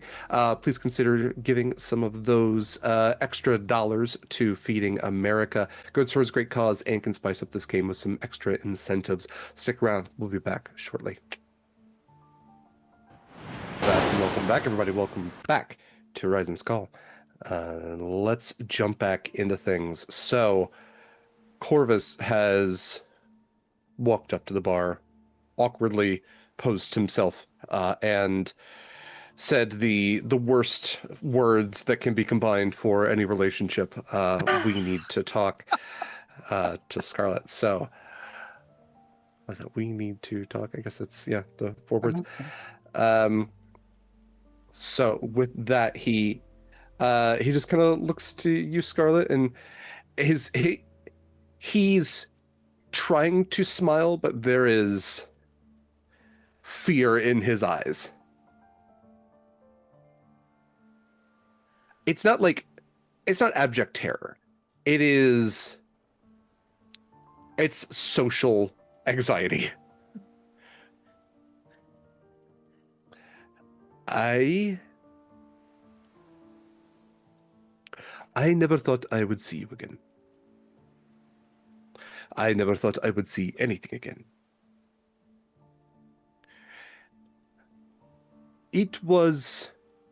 I'm sorry.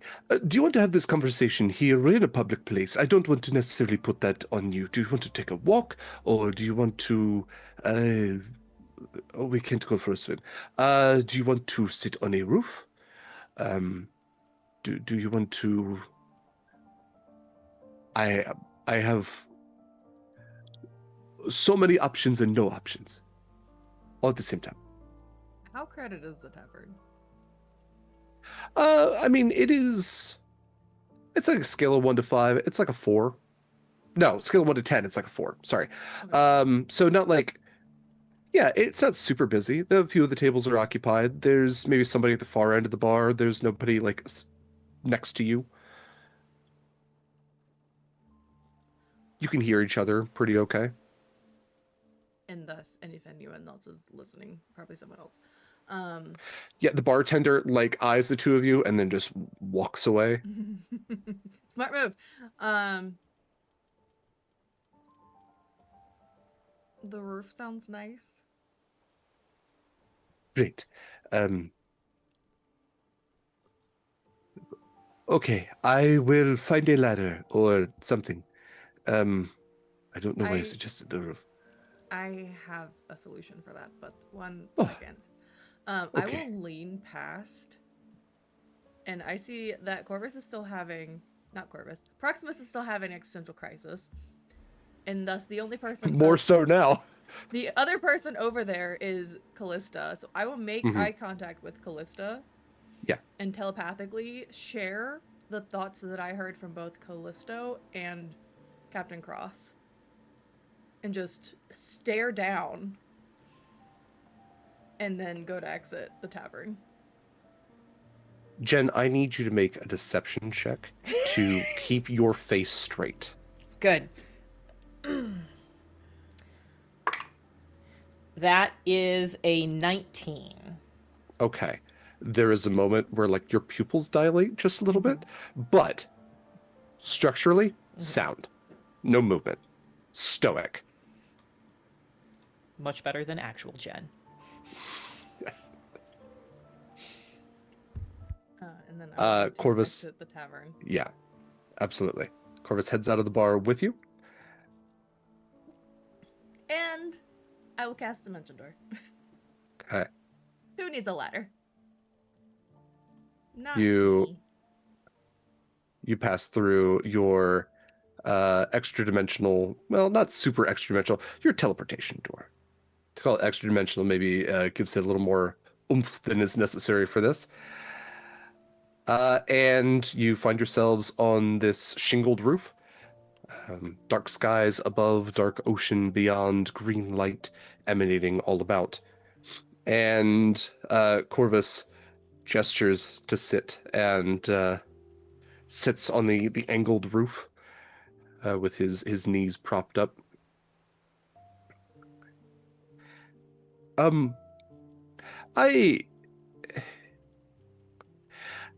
I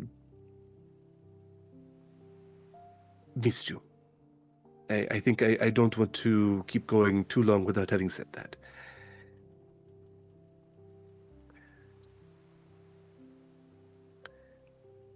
I wasn't sure what would be next for me after I died. My original belief was that the Great Queen Mother had a palace where all of the Nalos would serve and be welcome, and it would be a paradise where all of our wars would be won and all of our needs met. And it was shortly after meeting you that I started believing it would be something else. And part of me always wondered if perhaps I would return to the plane of water and become something else then, there. So it was strange ending up in these dark seas with no one about to whom I could relate or anyone with whom I shared any common bond.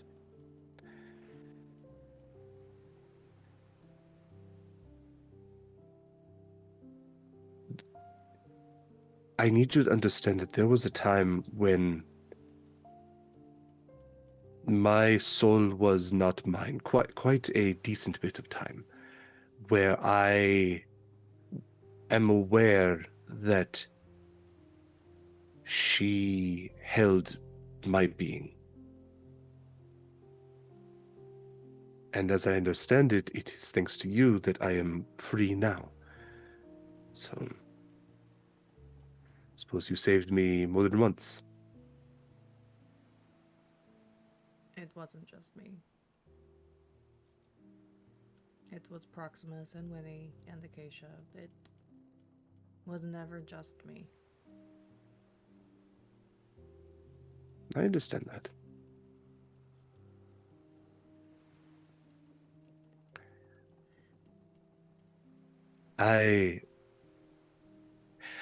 I'm not sure what comes next, Scarlett. I didn't want this to linger. I wanted to talk to you. I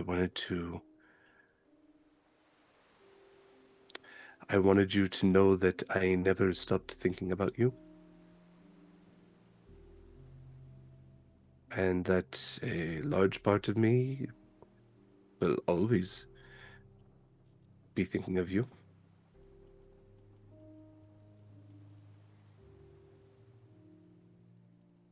I spent a little time after we used the board thinking that I was dreaming. thinking that there was no possible way that we had actually reached out to you.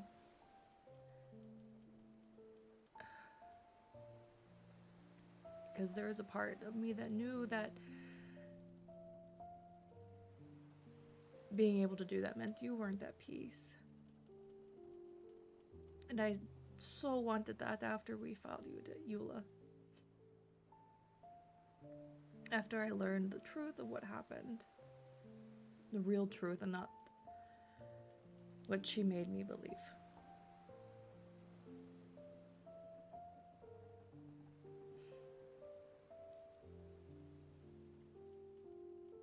I had no idea that when you said that we would be seeing each other again, it would be now. So soon after that. I did not predict that either. I meant that more as a comfort, and perhaps more metaphorical than anything else. But On the one hand, at least you were not predicting my early death. no.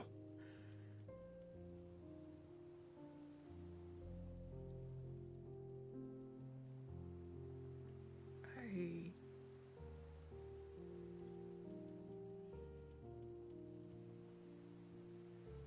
had this idea of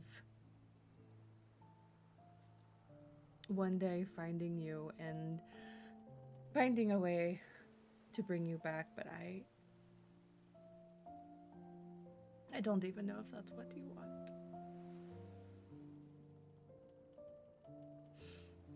He reaches out a single hand, just open palmed. We'll take it.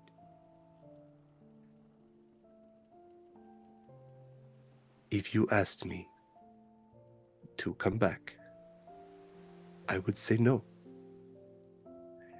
And I love that that is something that you thought about.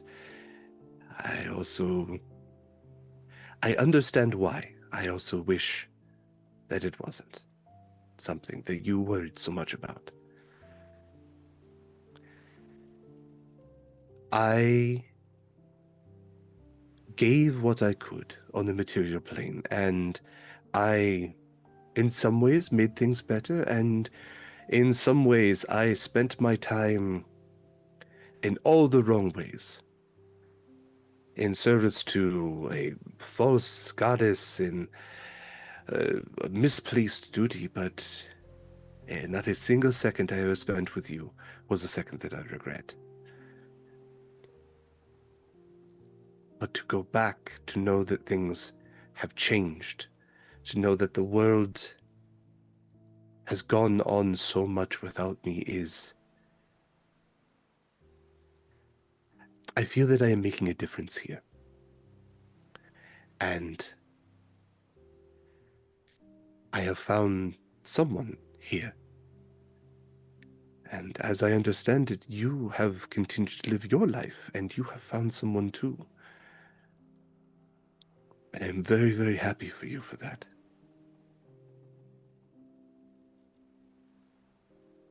I hope that you have found happiness and joy, and I hope that he is something that brings those things to you.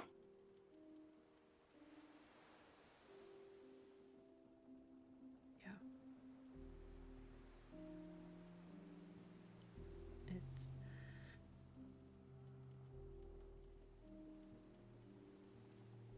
I just feel like there is still part of the world that's missing. Even if it is part of my world missing.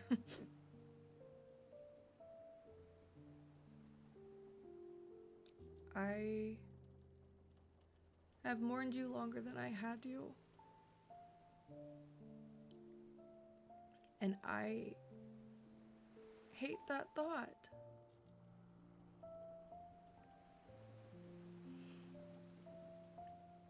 We never had a true chance to say goodbye. No.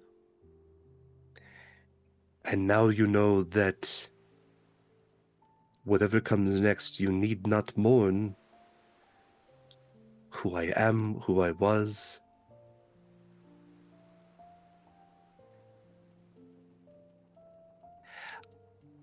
My essence, who I was, may have changed. It may have ended. What I am now will always continue on with you.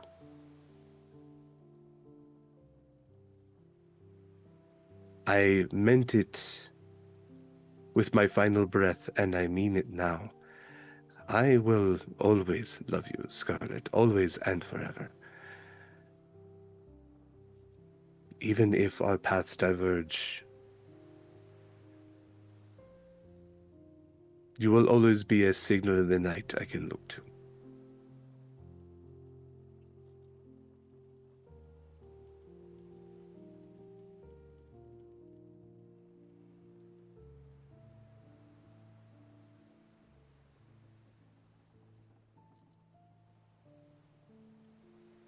I just wish there was.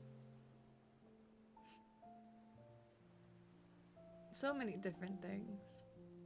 And I can't pinpoint one, but there are so many moments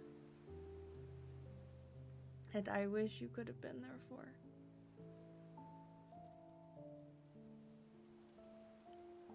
We have a whole island that is just ours. We have ships that carry out things while we're on separate tasks.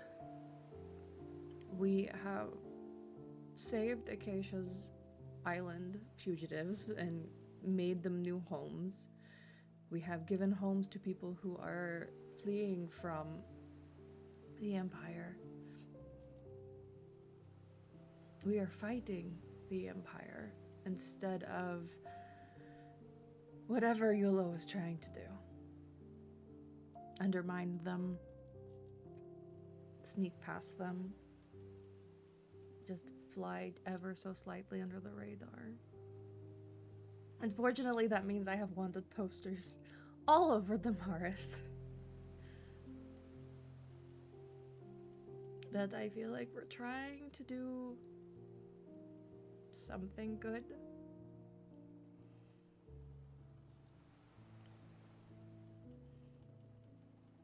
I am so proud of you. All of these dreams, all of these lives you have touched.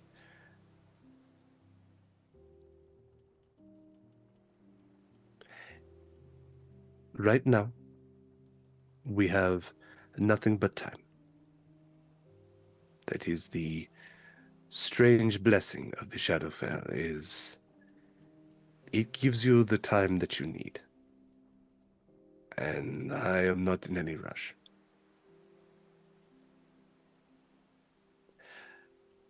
You have a beautiful life. And you said I have missed so much. Catch me up.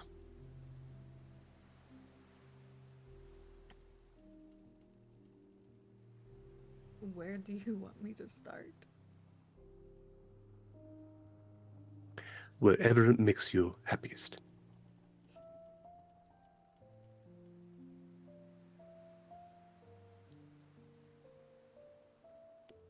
We can cut away if you'd like.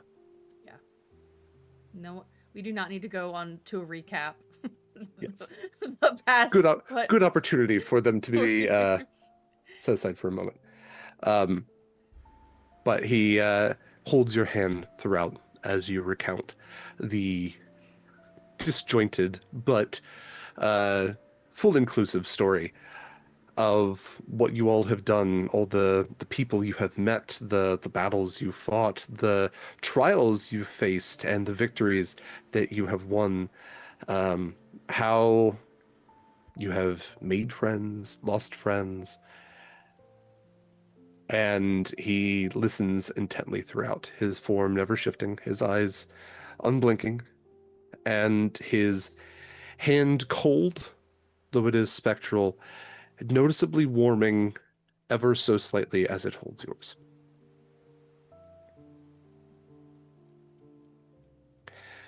While you are telling your tale, let's cut back to the folks in the tavern.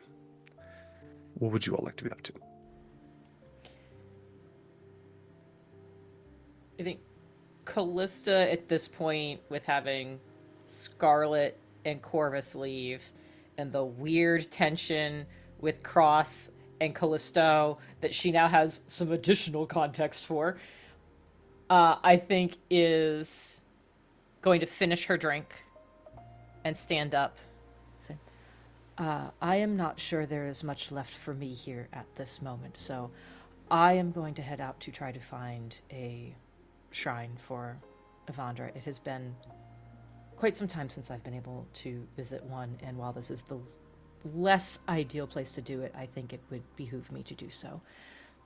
Proximus, Winnie, like across the bar, you are both welcome to join in whole or in part for that trip if you would like.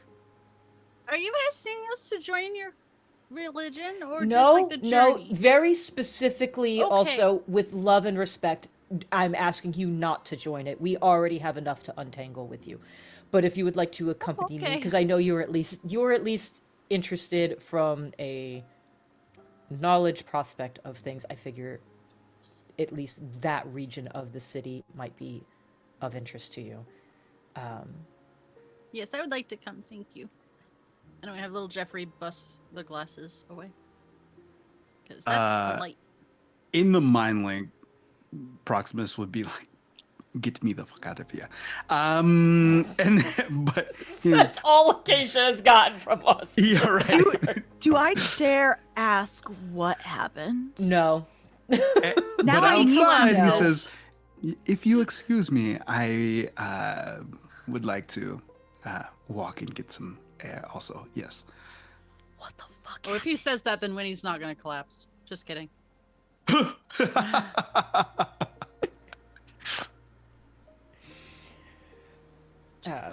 And Kallista will just give a nod to Cross and Callisto and be like, I'm sure I'll be seeing you both later. Behave yourselves. And we'll leave. Captains, very nice to see you again and meet you. Bye. You left the captains at the table together. Beautiful. Amazing. They know what they did. Quick question, Derek. Do the undead blush? I don't think there's a right or a wrong answer. This is just a curiosity. Well, you know what? You question. actually asked a really interesting question. Okay, so Blood ghosts, vessels, right? Yes, it's all dependent on blood vessels. So ghosts, no. Vampires only after they've recently fed. Uh-huh. Whites, maybe. Zombies, depends on the type of zombie. Rage zombies, yes. Romero zombies, no. Ghouls. I know you asked this as a haha, but Probably. he has the actual answer for this. No, I didn't. It was a curiosity, like a Oh. genuine curiosity question. Yeah. Wraiths, sometimes. Ring wraiths, no. Well, even if they did, could you tell? No. Well, that's the thing. Then they're just a ghost. Like that's if you're talking about a ring wraith, that's more of like a Nazgul situation. That is much more of a spectral being with a manifest, like corporeal form. But you gotta like the cloak doesn't blush, you know. It'd be funny if it did. I feel like that's an anime waiting to happen. Winnie is gonna swing by the bar real quick and get a bottle of something nice, beer wise. Okay. The bar Yeah, is just the C9. shadow. Yeah, it's really good. I love the delay as we all process to that. Yeah. I was trying to make it into a Bacardi joke, which didn't work on like 8 levels, and then I was like, oh no. I got you. Okay. As So, we please. Go ahead. No, you go No, ahead. please. No. No. Now, After No, you. you- Fine. now you go. As we are walking, like I've gotten directions from somebody to know at least what general direction to go. As we're going, when we get far enough away from the tavern, with like just still like she's still scanning as we walk. Just because like she knows is a more recent problem So, in theory, none of her people should be here, but weirder things have happened. So she's still looking, and then there was what Acacia said, and it's just sticking at her a little bit. So she's keeping an eye out. So she is not looking at Proximus as she's like walking, and just goes, "So what was that with Callisto? Seemed to be an interesting conversation, and I think she slapped you and then made an interesting comment after I got back to the table. So pick one." Ah, well, there, you.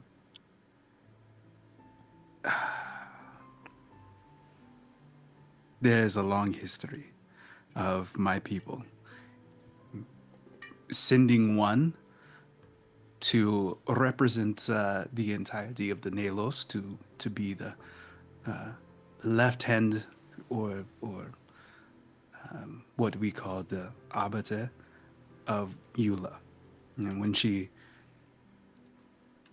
Corvus raised me, that this was the highest honor of our people. And he was far too old to ever go himself past his prime, what he used to say. And so he thought that he would send me instead of him. And then he was chosen. So then when he left, I never thought I would see him again. To hear what he had done and what he represented when I was able to go and I was chosen, I thought it was a great honor. But I never got to say my goodbyes. I never got to fight by his side again. And I thought maybe this would be the time to stick around, spend more time with him.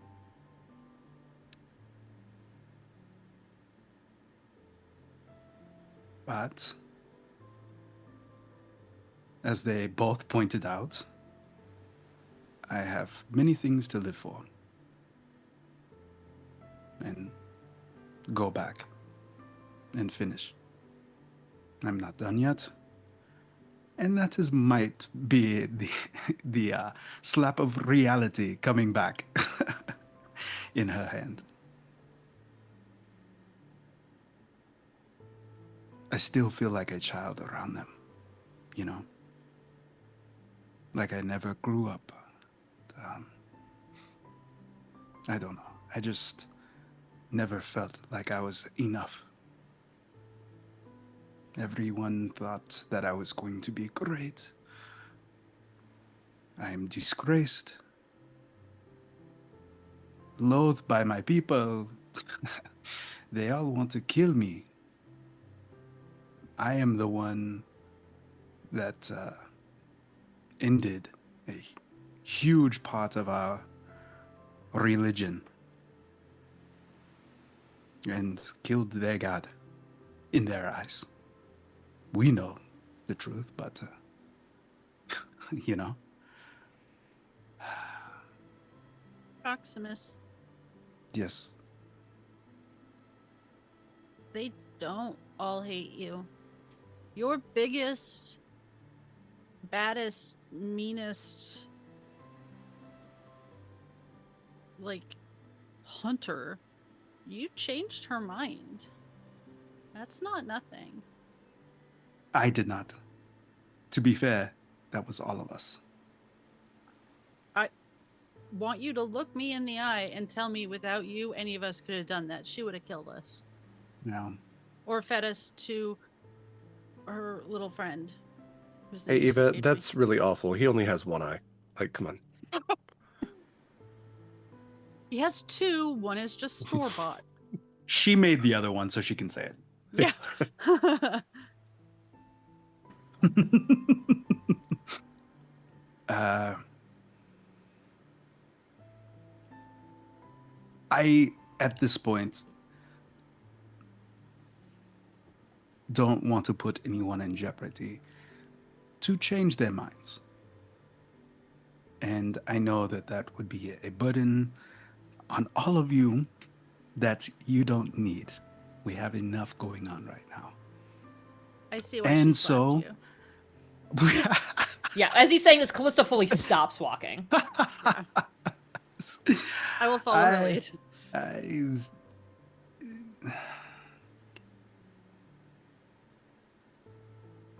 I know that these are insecurities that I do not vocalize to anyone on a normal basis. I know this. However, I've been really good about running away from my problems for a long time. So, it has become instinct. I know that I need to face this one. I just don't know how. I am going to go up to Proximus. I fully understand the instinct to run from it. I went to the Hells because that seemed the better option.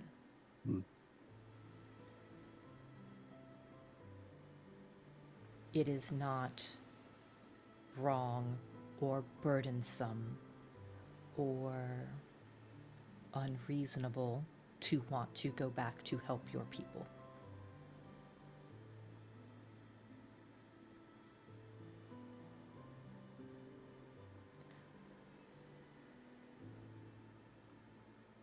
However wrong their perception of things might be, is not reason to leave them with that either. You know better, and you have the ability, whether you believe it or not, to share that knowledge with them.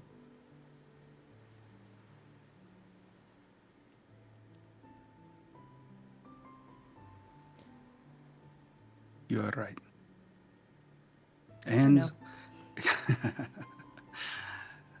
also, it is not my choice. I am not making you go, all right? I should give all of you the option. Proximus, we were originally going to do that first. Yeah. We already made the choice before we even got onto the ships. Stop looking for excuses. You'll always find a reason not to go.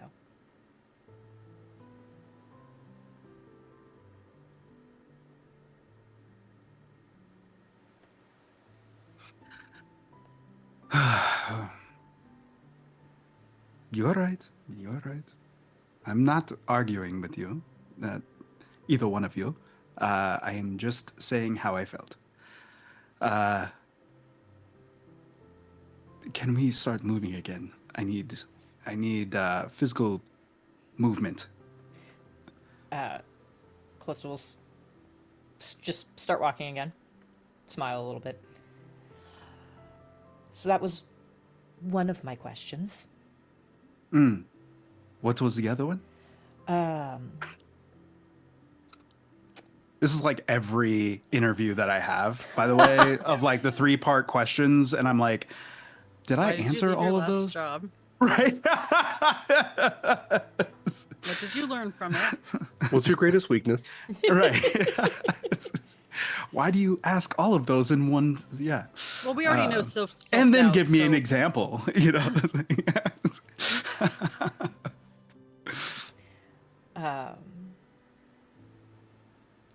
As they're moving again, it's like, I understand where maybe a lot of that energy at the table came from based on that answer, but I still think there is something missing.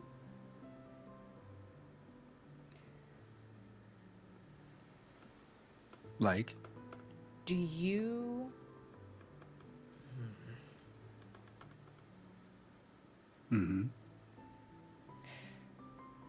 Do you know why you have a touch of the Shadowfell glow to you? Well, interesting enough, I didn't before. Kallista let me know that she saw a vision of my death and wanted to help me and gave me an inoculation, is what she said. Of course, I don't quite know what that means, but of course Winnie would know. No, I do have a question, but I want you to finish up. When he's So- like, "Oh, your greatest weakness is vocabulary." Of course. We've seen the dump stat. That is true. Yeah. 8? Bro, really? Negative modifiers. Gotta be blunt with the dude. So she gave me these powers. I didn't know how they worked, but she said that part of me is home.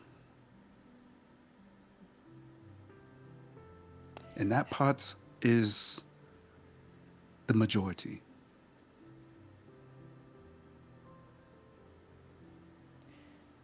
Eight levels, majority. Oh. Yeah, no. Now we know the ratio. Okay, that makes Fucking- sense. Yeah. 6'8", 6'8". 6'8". It's not 6'7". We're safe. Thank you. Fucking God. You could have just not said anything. You know my brain by now. You know I couldn't not. I can leave. Derek, No, no, this is legitimate. This is real. I work at a school. How dare you? Like, yeah. Everyone else gets to make that joke. This is the only time I have. Is there anything familiar about what Proximus is saying and what I know about Siren? Like, I know it's like a Sahuagin poison sorcerer type thing, but is there any eel folk. sort of... Dang it, I always do that. Yes, eel folk. that's okay. They are aligned. Yeah, they're working together, but like, yeah, the eel folk. Not really. I mean, so Siren's like his is debilitating. Proximus got powers out of it. Like, Right, yeah. but also like a lot of poisons are also medicine if you use them the for right sure. way. I think Siren's condition has been thoroughly described as a curse. Yeah. And to be fair, Proximus's condition could be considered a curse as well as a blessing. It presents very differently. Okay. Is what I was saying. What like I- Siren's feels like an infection. Mm. And again, I Yeah. know like I described like Princess Proximus getting Mononoke. inoculated. Yeah. Okay, I didn't think so, but it was one of those things where I was like, I gotta ask. That's not a terrible question. It is not something I had previously considered. Thank you. And so let me noodle on that. Because my original thought was that it was a curse which could be dealt with arcanely, alchemically. Hmm. And this is sort of like wondering if there's a connection, like, are they both, they're not, but like, are they both viruses or is one bacterial? Like that sort of like, you know, trying to narrow things down in any way. Like, are there any similarities? If not, okay, moving on. The scientific like process of elimination or what have you. Yeah, in Damaris it would be Jonah and the whale sulk. Yeah. Yeah, great, perfect. Love that. So glad I opened my mouth. Uh-huh. I'm going to while we're having this conversation, pass Kallista a pretty well-worn copper piece. I'm not even sure it's like a recent minting of any sort. It is old but clean. Do you take it? I'm not like trying to reverse pick your pocket. Like I'm handing it to you without looking at you. Okay, yeah, she takes it. Jen's not convinced this is a good idea, but Kallista doesn't know this conversation's happening. when your hand closes around it, you hear Proximus say, "You're right. You're right." Bless. Eva, just Magical- for me, I would like to hear what that sounds like. You're right. You're right. It's just. I think you need to roll your R's a little bit more. You're right. You're right. Perfect.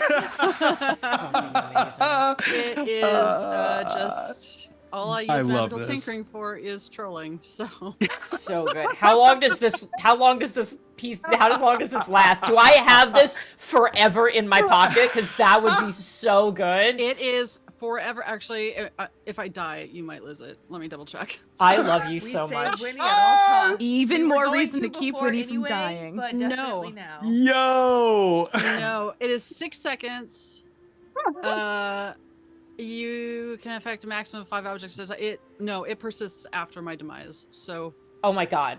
it I'm is so yours. I'm literally adding this to my inventory. Actually, right I'm now. gonna- How explicitly long have you say- been sitting on this? It's so good. Well, I just made it because you just said it. I basically just used it as a recorder to like non-consensually record you. Damaris does not have, as far as I know, two-party consent laws. So Depends on your region. yeah. Devil We're does not not in apply in the Damaris anymore. Shadowfell. So we will have to revisit this Oh, if I and when love I this. upgrade to 2024 because I believe it is. Oh my gosh. There is a time limit. Derek wouldn't dare take that away from He me. wouldn't. Oh my gosh. It's also my Curdle Mac candle that's still burning, so I fucking love there that. would be repercussions. So you technically can clip shit. Yeah. Yeah, Yes. Winnie can clip things. Yeah. Yeah. Twitch clips for real. Oh, Fucking God, I'm amazing. Actually, so yeah, maybe excited. like above table, I still have more slots. You can have a little flashlight, a 5-meter flashlight if you want. You can have 25 words of text. Like, there's a lot of This is so good. This That is so good. gangster. nonverbal I love that. sound. I used it in SummerSlam ineffectually, but that's fine. When you hand this to Kallista, she out loud laughs and then thank you, Winnie. This is wonderful. And I'm just gonna pocket that. You Just hear ask the me to Anders repeat coin. myself. Oh no. You hear the Anders coin say, "Oh, great! A coin that actually says what you want to hear. That must be nice." Yeah, it will be a nice change of pace.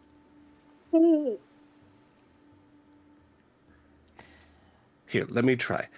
Kaila, you're so good at what you do, and what you do is let down everyone around you. How was that? The coin of negative self-talk. Jesus. This is why you need to give the coin to someone else so we can torture him. Yeah, Fuck. Kallista does not. You have yeah, Kallista does not offers. respond to that at all.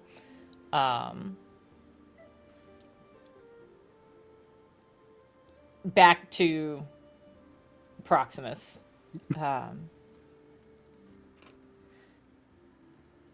How much of your suggestion to stay here was that whole being home thing, and how much of it was Corvus and Callisto?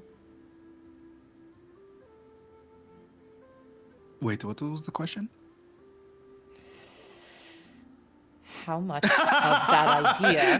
that sigh was, I hate repeating myself. Yeah.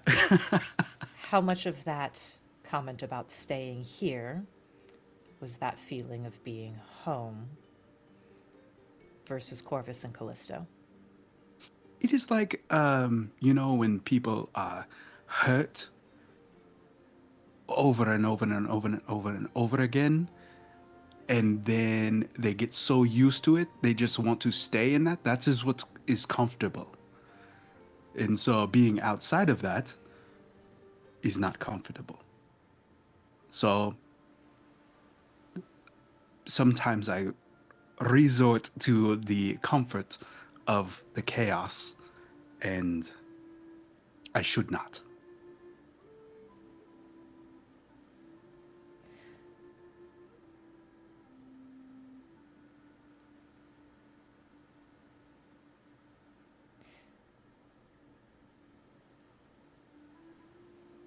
Do you want to keep that part of you?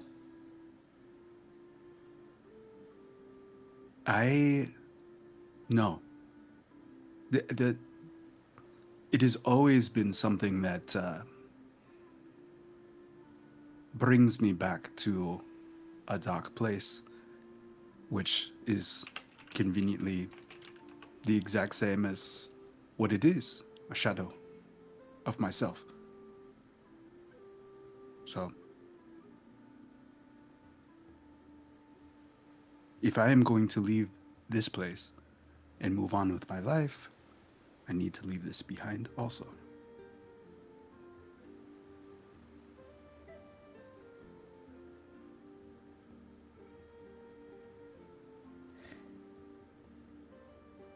I know Winnie was potentially going to poke around a couple of the different shrines. Would you come with me to mine for a little bit? Yeah.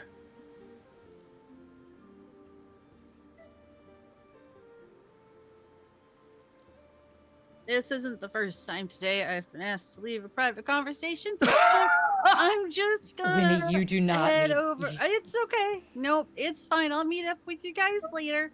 Oh look, a perhaps dwarvenly shaped person. I'm gonna go. See Don't you, join have any new fun. religions, please, I beg you. No, not gosh. unless they say they're my old one and aren't. Don't worry about it. No, I'm gonna go look for Hanseath. When you walk over and Spirit turns around and goes, I'm just a child with a beard. All the dwarves are over there. You know what? It's still directions. I will follow. That's still pretty gangster. I still can't grow a beard right. Yeah, because of the build of dwarven kind, I think we often forget Proximus does no, have no, a no. beard. Proximus Yeah. can. Oh, we're just talking about Mikyl at this point? Okay. That's, All right. That's the problem. Sorry, a little bit of character bleed there. Okay. Before too long, you all have been walking and talking for a little bit now. You would see Acacia, who has been hopping along a little ahead of you, but also stands head and shoulders above most of the other spirits that might be milling about, and is pretty well illuminated. Again, like the green light coming from the will-o'-the-wisps, and also just the general emanation of the town around you. So it's easy to spot above the crowd as you all are heading generally towards the area that has been denoted to you all as the shrine, the place of holy symbols and places of prayer. Okay. What would y'all like to do? I mean, Kallista is definitely looking for whatever temple shrine there might be for Avandra. Because she hasn't been to one since before she went to the Hells, so it just feels like she should. Knowing that it's going to be weird here. She's going to start with that. There's a second one she might go looking for, depending on how this goes. Cool. What is the second one, just out of curiosity? She would go looking for the one that would have been associated with Torin. And which one was that? Well, that's the thing, is I purposely left that a little open-ended. You did. So I didn't know if you wanted to fill that in. I can pick one, but I wanted to leave some wiggle room for you to find new and interesting ways to stab me, and or new and interesting things, depending on what we might do for like prequel-y things. And I want to like lock somebody into something. So that is absolutely fair. Okay. In that case, go ahead and give me a perception check. Ooh, that's so good. That's a fucking 28. Okay. Okay. So yes, with a 28, and again we have Winnie, Acacia, Proximus, Kallista, all in the same general area here. You would look around, you would see that there are many statues that are present. There are many buildings as well. There are smaller temples, smaller shrines, some, greater than others. Not as many oceanic deities as maybe you might expect. There is a pretty decent-sized temple to Umberly, because you still are in kind of an oceanic place, but you also kind of get the vibe that a lot of peoples that might pray to oceanic deities might get that shortcut to the elemental plane of water, or a similar place enough to it. The other deities you would see, Palor, gods of the sun, gods of hope, gods of luck. Tamora will always have a strong place anywhere because people are especially looking for luck here. There's some temples to war deities, but Avandra is a goddess of pathways and travel, and this being a place between places, she does have a sizable home. I think the one that arcs above all others is that of the Raven Queen and Psychopomps and the gods of death and the passage of death. But Avandra, it can be interpreted that way. Death is a passage. And so almost like off to the side of the large Raven Queen temple, which does kind of arc down above everything else, it looms in a way that is both ominous and impressive, with this great like beacon structure that reaches out these arches that seem like rib bones. And it would almost seem macabre in a way, and unless you're in the Shadowfell, which you are, and it almost seems like perfect of place. But yes, the Temple of Avandra does stand nearby. It's impressive. It's stone. Nothing really gleams or glitters here. But to your eyes, it seems to have a soft golden glow in this otherwise green light that is everywhere about. However, with also that high of a perception check, you would see towards the crowd of folks that are around here, towards the center of this courtyard where all these statues and buildings are, is a fountain that trickles out all of this black water that gleams softly in the green light. And sitting there with a small group around him is a turtle that you would most definitely recognize. And Torin is leaning on a sword that has vines wrapped around the hilt, and is just gesturing with hand and seems to be conversing, proselytizing. You're not exactly sure, but seems to have folks walking up, a few walking away from time to time, but there are a dedicated few who are listening to the words of his beaked mouth of this turtle folk. I think as we've been walking this part, Kallista's been kind of like keeping her head a little bit on a swivel, keeping an eye out. And I think this is the moment where she realizes how much she not only wasn't really expecting to see anybody, but was like hoping she wouldn't. Because then that leaves so many questions. Because of how long ago everything was. Why are you still here? And like she, on seeing him, like stops walking again. And I think Proximus very much like hears the sharp intake of breath as she stops.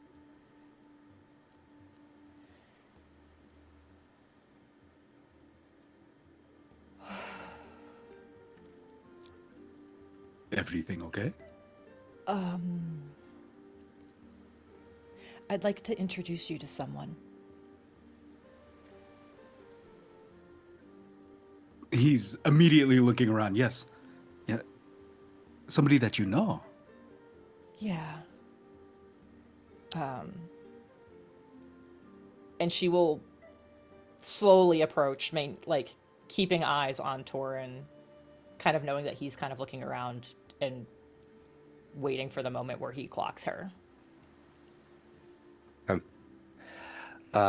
You walk up in the crowd, and it is not long because you, again, don't give off the green light that everyone else does here. You are not spiritual beings inherently. That his ghostly eyes turn and lock on you, and it's I don't know what voice Torin had. This is from another character, so I'm going to interpret my best turtle on this one. Yeah. And that's why it is ever important to carry light within you, to embody justice and truth, and to not let darkness corrupt. And his eyes have locked on you for a second. I think that is the wisdom I can impart to all of you today. Go out into this darkness and bring your light to it. And he looks over to you, Kallista, and then just looks down. I want to pause on that real quick. With Acacia, you also are in this spot. I know we haven't gotten to Acacia here in a second. Is there anything you would be doing in this space? If I clock everybody, if I am able to see them, I do just want to quickly refresh the mind link, just so it's there. It would be 4 hours. That way, because 1 hour isn't super long. So Yeah. This one would leave Scarlett out of it, since she is not present. Well, regardless, if an hour probably is already run out, so I'll take what I can get. And their ship phones. If you saw my message in Zoom, I would have, while it was still active, let you know about Kallista and Proximus having a moment. No. Yeah, I saw it. I'm specifically looking for Tamora, and the Fates. And I would just do like and I would like for everybody in the mind, like I would just do a little knock knock. Hey, I've refreshed. I'm here. Yeah, Tamora is absolutely present. The Fates, you can see statues to them. They are very much incorporated into the whole Raven Queen vibe. If anything, I'll give this no rules. Because of y'all's experience with Fia as well, you would also see similar symbology in the Raven Queen's temple to the Morrigan. And the Harbinger symbol is kind of built into that structure as well. So when we talk about the Raven Queen having many names, many depictions, there being 3 fates, 3 aspects of the Morrigan, there's a certain religious question of where do the lines blur? Are these distinct individuals, or are they all part of the same? You know, gods being unknowable things in many ways. Where is the line kind of drawn on that? But yes, you would absolutely see the Fates as these beings of life and death, of existence, are incorporated into the Raven Queen herself, being an entity of life and death, and the threads of life and death and fate itself.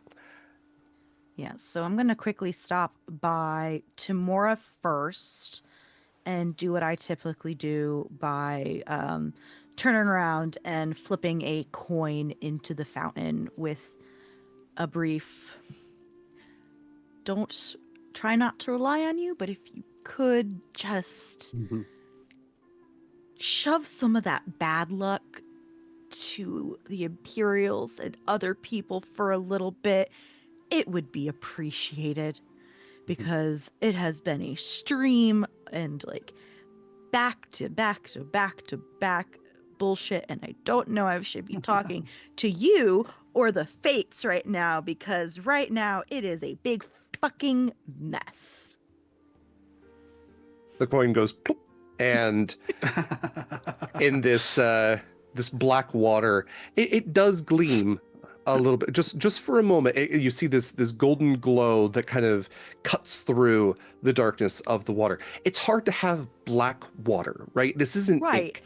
So it's muddled in a way, but the light shines through, like you were heard for just a moment. Okay.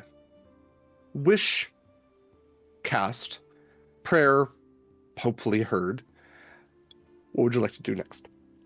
I'm gonna head off to the big one with the Fates, and it looks like it's probably much bigger than a lot of the other shrines, considering they're all muddled together. So I don't think Acacia was expecting how big it would be. with all of the iconography in one place. Like with what Fia told her and what we found out in like our one-on-one, like, yeah, it makes sense, but still a surprise, I think. You almost, as you get closer to it, it's when you realize that like the steps of it are like there's 4 parallel lines of them. Like it is made so that people, like mass groups, can walk up and down at the same time. More than that, Wow. the structure of it, like you realize that this is kind of a courtyard. Like there's a circular center, there's the fountain at the center, there's all of these buildings, these temples, various sizes, some of them cobbled together more than others, some of the shrines smaller. But it's only as you get closer you realize that the reason it's circular is what you at first you thought were walls that had been built around it with this like this archway that you walk through to get into it, are actually structured to look like wings spreading out from the temple itself and almost, wrapping around, like protective, like around all of these things, that the Raven Queen is encapsulating this entire center of prayer, that in this place all prayer might be heard, but it goes through the intermediary of the one who truly rules in this space. And so, in a lot of ways, all of the gods and goddesses here, they pay their protection money to the Raven Queen. She's a benevolent but stern mob boss in this place. And so, yes, you do see that there's statues to Anubis. There's iconography of Valkyries. There's all the different death deities that are represented here. No deities of undeath. That is not her deal. You see that there are deities of sacrifice and those of martyrdom, but more than anything, deities of fate and death and what comes next. And so as you trot up these steps, the symbol of the Morgan, the symbol of the Harbingers, is depicted in many places. You see beings walking past which wear the symbol of the Harbingers, as well as just regular folk as well, who seem to be moving up and down. You would also, I think for maybe the first time you clocked them, you've probably passed by a few, you see some Imperials passing up and down. Some are military, some are civilian, but a lot of them wear the insignia, the 3 swords of the Empire. Are they older Imperial or recent Imperial? Hard to kind of tell. I will say by style of dress, a little bit of both. There's definitely some that the military standards that they wear seem pretty familiar. You don't know whether they're ones that you personally encountered, but probably were, lost their lives in the past 10 years. Right. Just wasn't. I was surprised to see them here because don't they have a singular religion? They have a religion based on, I believe it's 6 gods. It's 5 or 6 gods. I am going to check my notes on that. But the way that they look at things is that all of the gods that everybody else believes in are just misnamed. Their gods are the true gods, and we're just all confused because, like, oh, when you're talking about Palor, no, you're talking about the Light Father, the one who has gifted us light and all that. So they see it that way. Which, again, because all gods have various names, they're not wrong. They're not right, but they're not wrong. They are praying essentially to the same concept. Right. Yeah, I think with that case, I'm going to head up to the shrine that's what I think is the Fates, if they're not muddled together with, like, the Morgan and such. Mm-hmm. Oh, their statues are very clear. The 3 ones with you'd seen the statues before at Umberlee's Eye, hands all held out. The symbol of the single eye, a bowl kind of being held with each of their hands, a singular bowl, all of their hands kind of holding it, that is empty for the moment. Yeah, and I think in the bowl, I'm going to take out my practice coin for the Eve Walker coin game that I tend to do, and I will put it in the bowl as an offering. And, like, I will just, like, take a minute and like just cross my arms with like a slight grumpy look on my face, and I'm just like, I don't know if I should also just complain and bitch at you like I did at Tamora, because I am very well aware, and I've made this very clear in the past, that fate is something that exists, but also is something that's in control and of yourself. It's fluid. But I'm kind of a little pissed at kind of what has been happening over the last several years of the constant string of bad luck with, getting run out of Soteria and a lot of my people dying. And it's just a little frustrating that as much as I try to prevent that from happening, shit still happens. And I just hope that for once you and I can work together a little bit to make things a better place.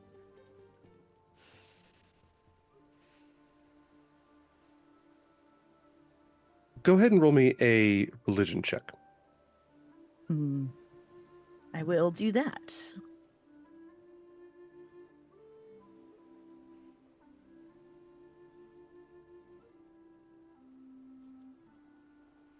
I'm going to use an advantage.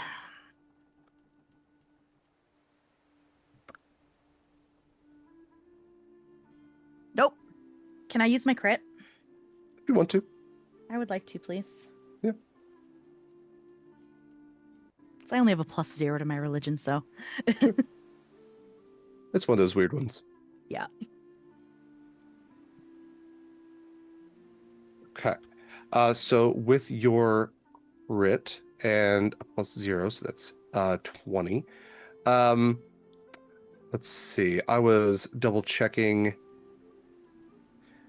Okay. So the Imperials believe in 7 gods. One of them is kind of the one they don't talk about a lot. That is the unknown. It's the one that doesn't appear in their iconography or not. It is the one that you would know as the Raven Queen. But as you are speaking to the fates here, and as you have prayed recently to Tamora, your coin rattles as you're saying this prayer. You drop it into the bowl, and it's kind of just spinning in that strange way where you're almost wondering like why it hasn't stopped. And as you look in, you see that it has started to spin around the bowl. Sorry, one second. And as it spins, and as your eyes are caught on it, you start to hear a voice in the rattling of it all. And it's almost like one of those, is it a singing bowl? It's kind of used, I think, in like Tibetan religiosity. You know what I'm kind of talking about? Yeah. So there's a music quality to it. And the message is hard to describe. It's not like language. It's not a sentence. It's a vibe. It is a vibe. You've essentially asked these beings of fate, like, what the fuck? Where's my luck been? Like, what? Why? Can why we work all together? Yeah, why all the bad? Like, can we collab on this one? Yeah, where is our synergy? And the vibe that you get is galactic in a sense. It is, we don't take sides. We are about balance, but so are you.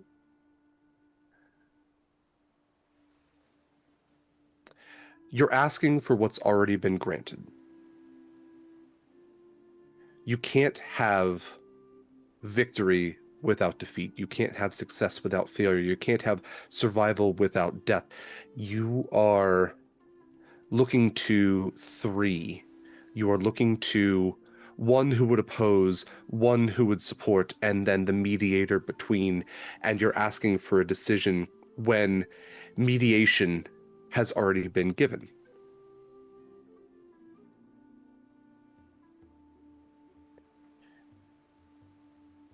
Your story is not yet done. Your thread is not cut.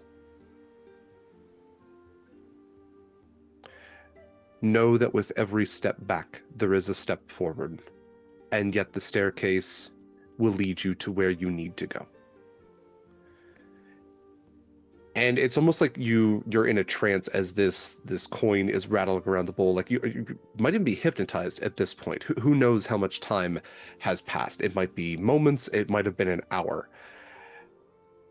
But eventually the coin settles back in the center, and as it finally goes from that wobbling to just flat onto the bowl, you snap back, and it's like trying to remember a dream where maybe you saw visions, maybe they spoke to you, maybe you went somewhere else, maybe you saw the things that you would do and the people that you would help and the losses you would suffer. But more than anything else, there is a feeling in your gut of content, of this knowledge that everything will be, and nothing will ever be perfect, but that's perfect the way it is. There is a, not defeated, just like a sigh. Thanks for letting me vent, and I think when all is said and done, I hope you'll let me look at my tapestry when the story is over.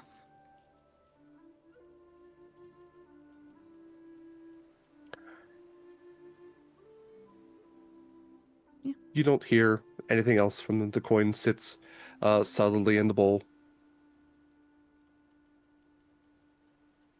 And I'll turn around, see if I can catch anyone else back in the crowd, keep an eye out for that Furbolg, and pray that not too much time passed this time, because last time I talked to them, it was like a good couple hours. It was. You turn around, and as you do, two things, especially due to your high perception. First of all, the hardest thing to miss is there's something instantly in your face, and you go to brush it away and realize that it's a thread. Just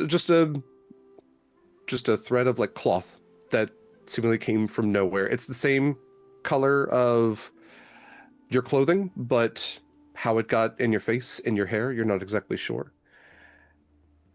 And as you go to brush it away, it's like it wasn't even there, but you feel a weight in your hand. I don't think Go I'd ahead, brush it away. please. I think I would actually grab it. Okay. As you go to grab it then, whereas you would feel the thread in your hands, you feel a weight instead and realize that it has turned into the coin that you placed into the bowl. And I'll slip it back in its little hiding spot.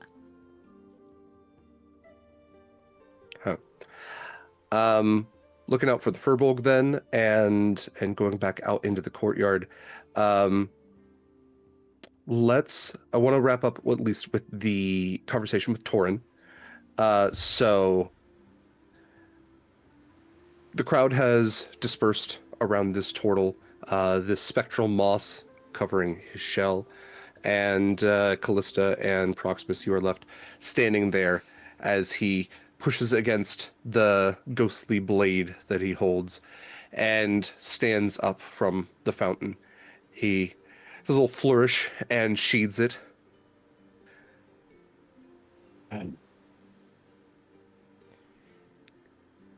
All right. Hello, Kallista. I wondered how long it would be before I saw you again.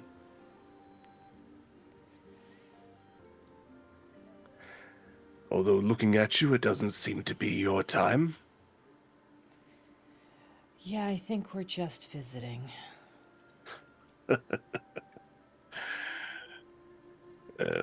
All right then.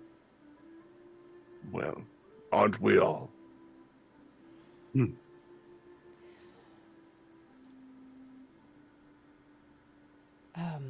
It feels wrong to say it's good to see you, but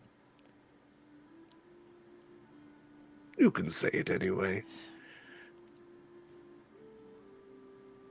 I have missed you terribly.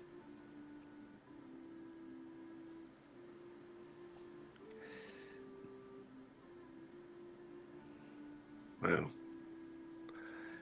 I missed you too.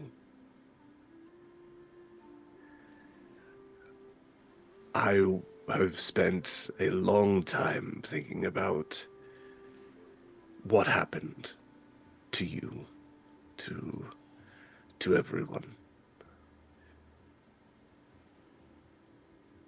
I've actually been waiting for some of you.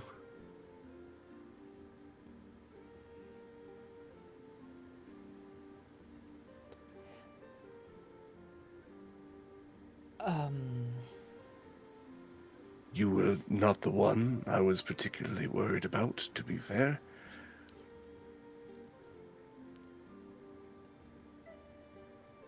Are Amara and Kristoff here somewhere?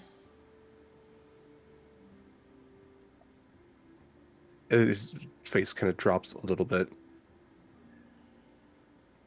I haven't seen Kristoff in quite a long time.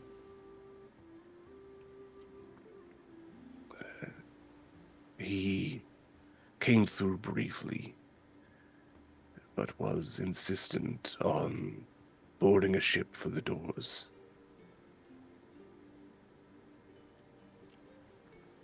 I like to think that he made it. He was always so impulsive. Yeah, he was. Amara is around here somewhere, although they're different now. I try to check in on them from time to time.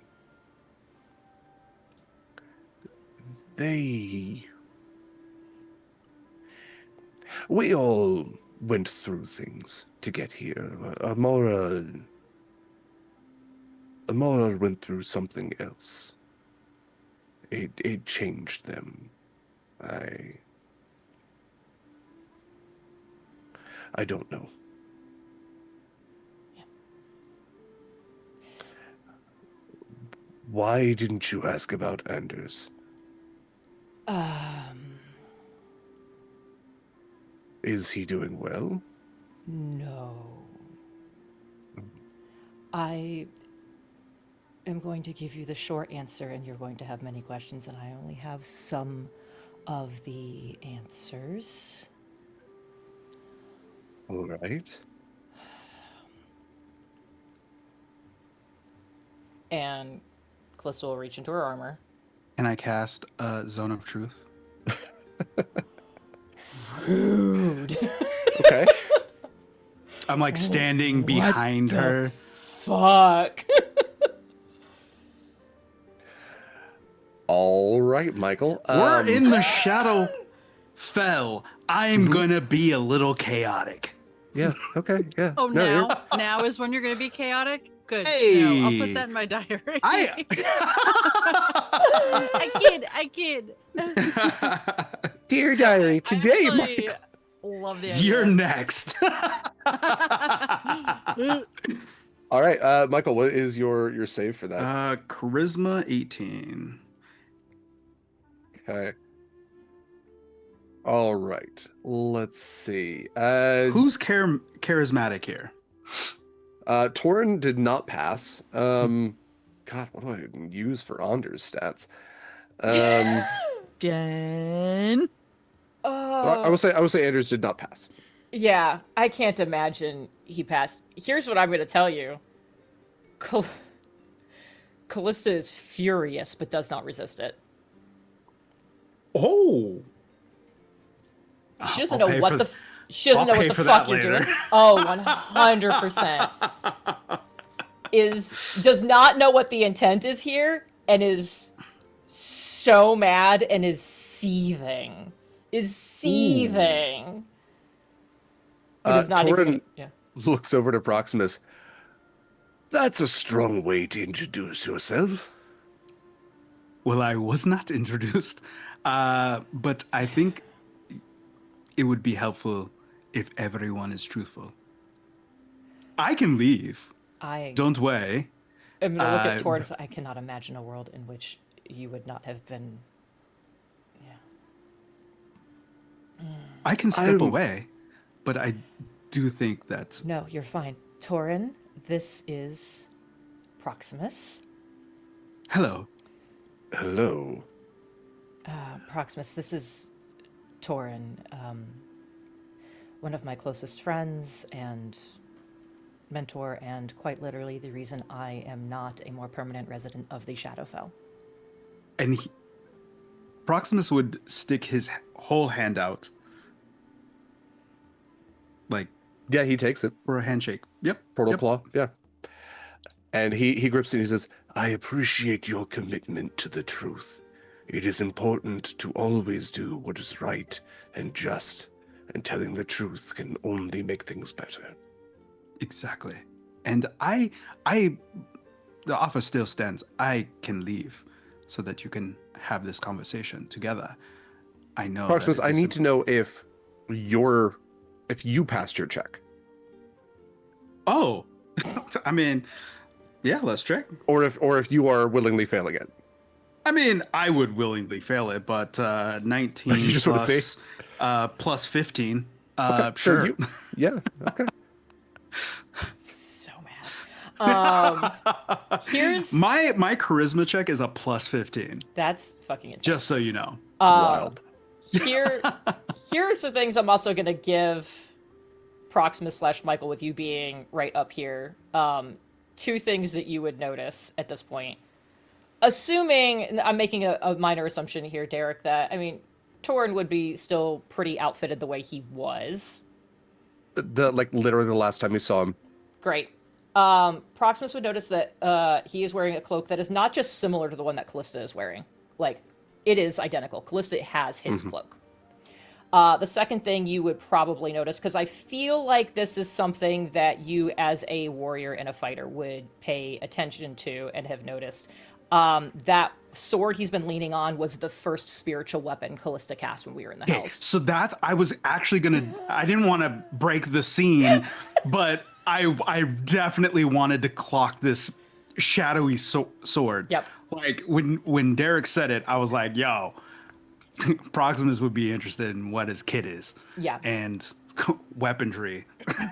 Yeah, So, you would recognize it. got It it. might have been the second one she did, but she has cast that as a spiritual weapon before. Whoa. All right.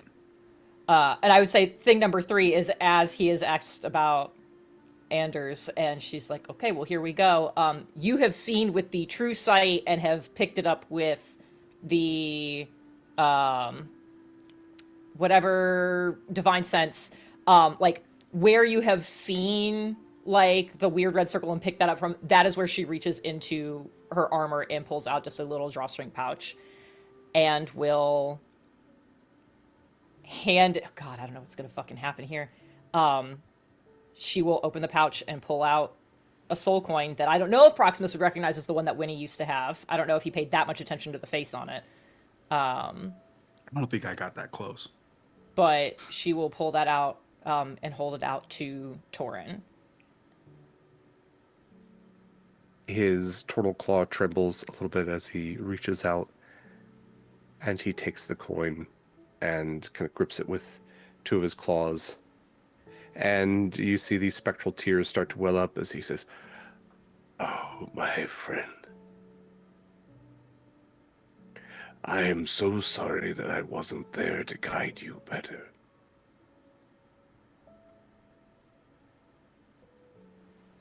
What have you done with yourself?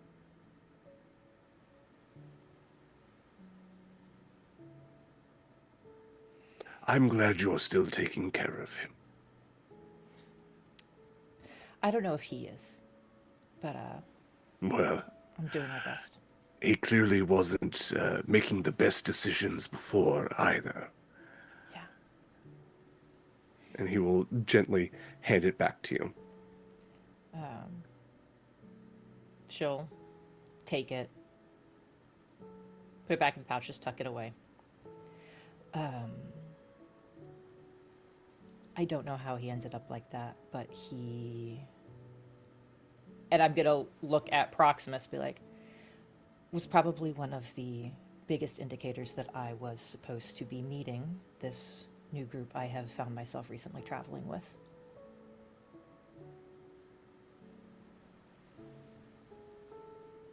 What have you been doing then, Kallista? What have you been doing with your life?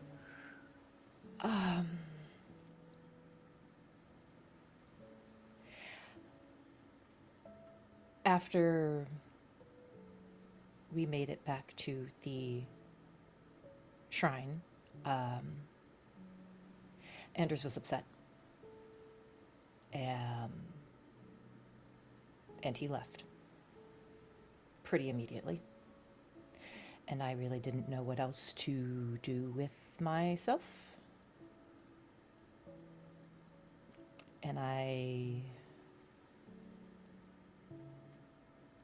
And like she's just looking down. She's refusing to make eye contact with him right now.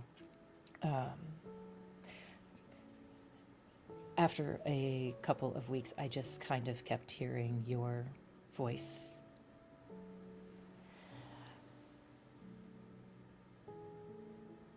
You had said you were going to go back to the Hells when all was said and done, and you obviously couldn't anymore. Seemed like an appropriate way to spend my time and maybe honor the memory a little bit. So I have spent the last chunk of time, however time gets measured, they're trying to do what you had hoped to do. I've been trying to collect, free, and prevent soul coins as much as I could.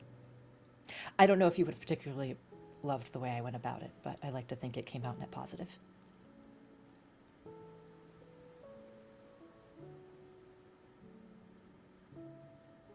I was I'd there like till you to about make 2 months ago. Yeah. I'd like you to make me a deception check. Why would I make a deception check? So, you're stating that your intent in the Hells was purely one of selflessness and helping others. Okay, I would argue I that there's a understand level what of you're doing penance here. to it. Yeah. I understand what you're doing here. I was like, this is accurate. Okay, no, I got you. It's a partial truth from what it It sounds is like. not the whole truth. Yes. Okay, so here's the problem: is I rolled a nat 20, so that does make it a what am I doing? Deception. That makes it a 27. Okay. But I would dare say Torin is one of her longest friends. And I would dare say fuck the roll. Like even with it being a nat 20 and it being as good as it is, I think he would know better and be like, yeah, it's and he knows his Hey, own Jen, truth is up. I really respect your role. I'm happy to use my crit for this. So just to call this what it is and to save you a crit in this upcoming combat. So he, for a second, is nodding. A truly great calling. That is also a little bit bullshit. It's not bullshit, but it's not like I had anything else going for me. So So a bit of penance to pay off your guilt and help others, not minimizing that.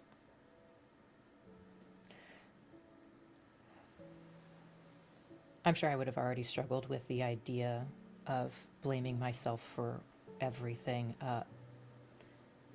Anders made it very clear he agreed, and it's been hard to find ways to work around that. So, yes, maybe a little bit of penance and a way to distract. You know, with my experience in soul coins is that they're not particularly enjoyable things to become or have one's soul reside within. Hurt people hurt people. Anders is not going to be very capable of saying kind things, Kallista. It's best to take his words with an ocean's worth of salt.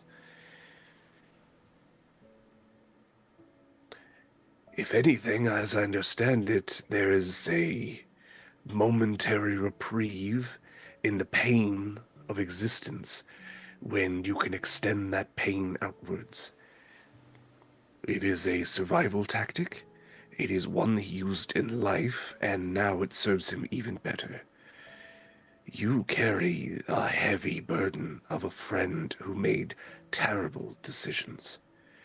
More so, you took the events that took friends from you and made some decisions for yourself. Neither thing is to be understated. I am just glad that you are here. I am glad that I get to see you again. I am concerned that you are here all the same. But I will take the light in the darkness.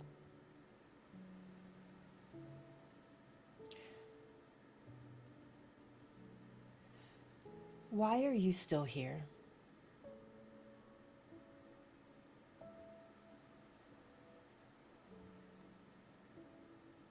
Perhaps a bit of penance on my own. I had hoped that through my dedicated service and martyrdom, I would be honored with a quick pass of sorts through this stage of death. When that was not granted to me, I saw it as an opportunity to earn better graces and to help shepherd and guide the souls that came through this place. Hoping also that I would see the faces of those whom I cared about again. Anders was the last one I was waiting for. I figured you knew your way. But in my time here, I have helped others find light within themselves. I have helped those waning find peace. And so I found a sort of purpose here too.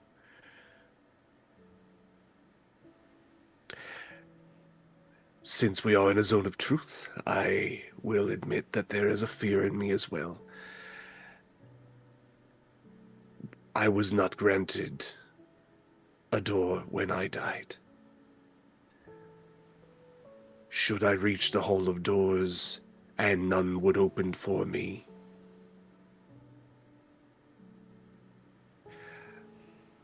I fear that more than anything. What if everything I did wasn't worth it? So I sit here and I do my best. And I try to push that fear away.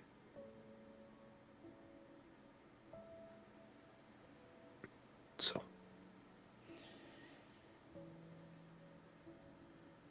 If you didn't get a door, the rest of us are fucked. Alright,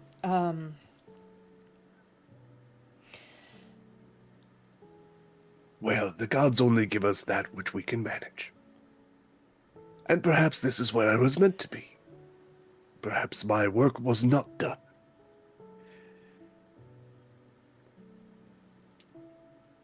That is the faith that I carry now. Death doesn't have to be the end, clearly. death doesn't have to be the end.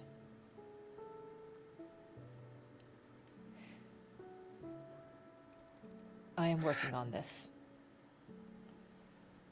You'll see him.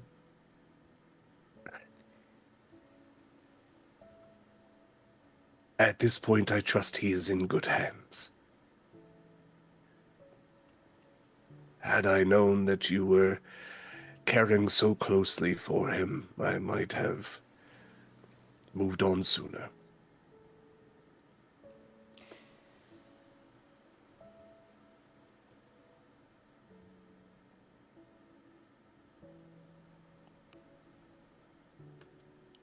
You know me. I don't feel like anything is an accident, and I don't feel like there are coincidences. And much for the same reason I survived much longer in Dis than I had any right to. I was supposed to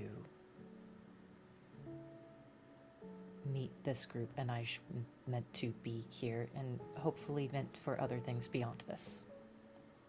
And I think that for whatever potential self-imposed punishment and penance we may have each inflicted on ourselves, I do think there was another guiding force behind it, and you are still here for a reason, and that reason may just be to make sure Anders does not completely fuck it up when I do actually get him out of here.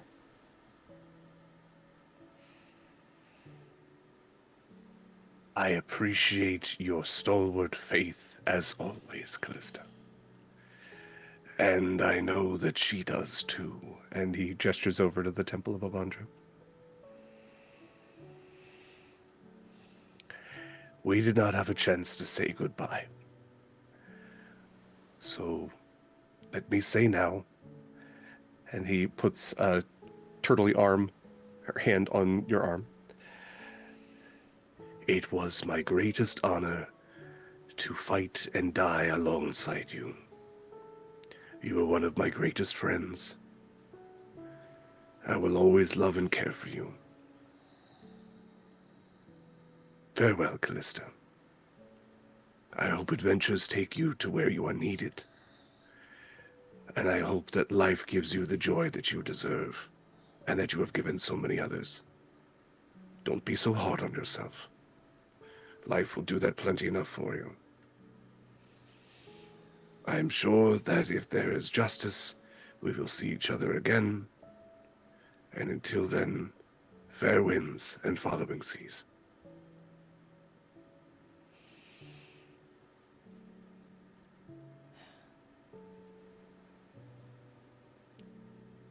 Farewell, Torin. It was an honor and a privilege. And she will hug him. And he will hug you back. And you know all of that's the truth. That I do. And I'm kind of over my shoulder. You're still not off the hook for that. He also looks over the shoulder. You're going to get it.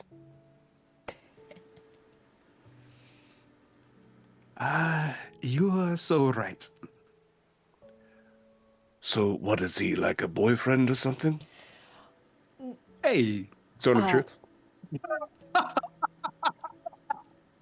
No.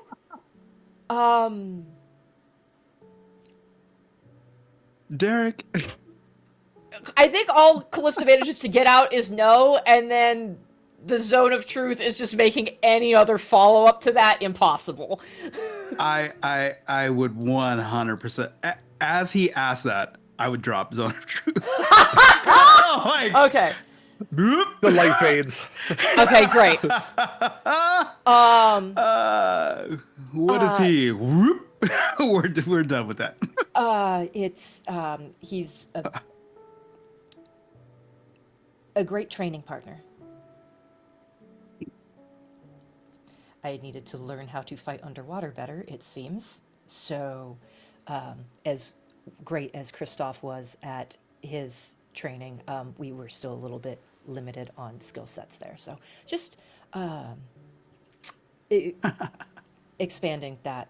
Now, and Torin knows Kallista so well. He knows, like, Zone of Truth being down or not, he's just like, okay, yeah.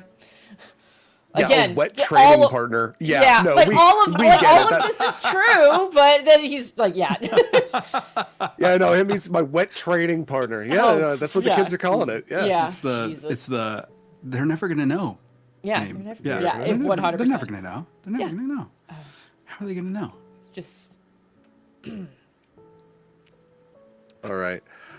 He pulls away a little bit from the hug.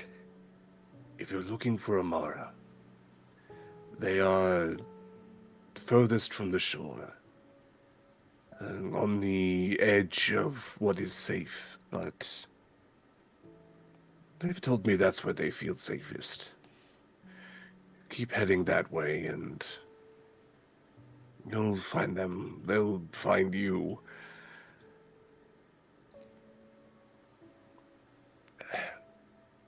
give them patience and care. They need both now. Yeah.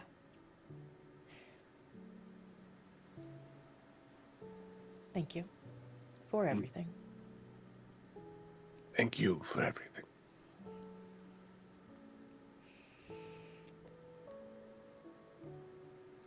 I don't want to keep you from your self-imposed duties any longer than I have.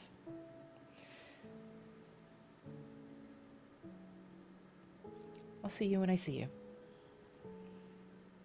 Later, rather than sooner. You know me, I'm far too stubborn to make it sooner.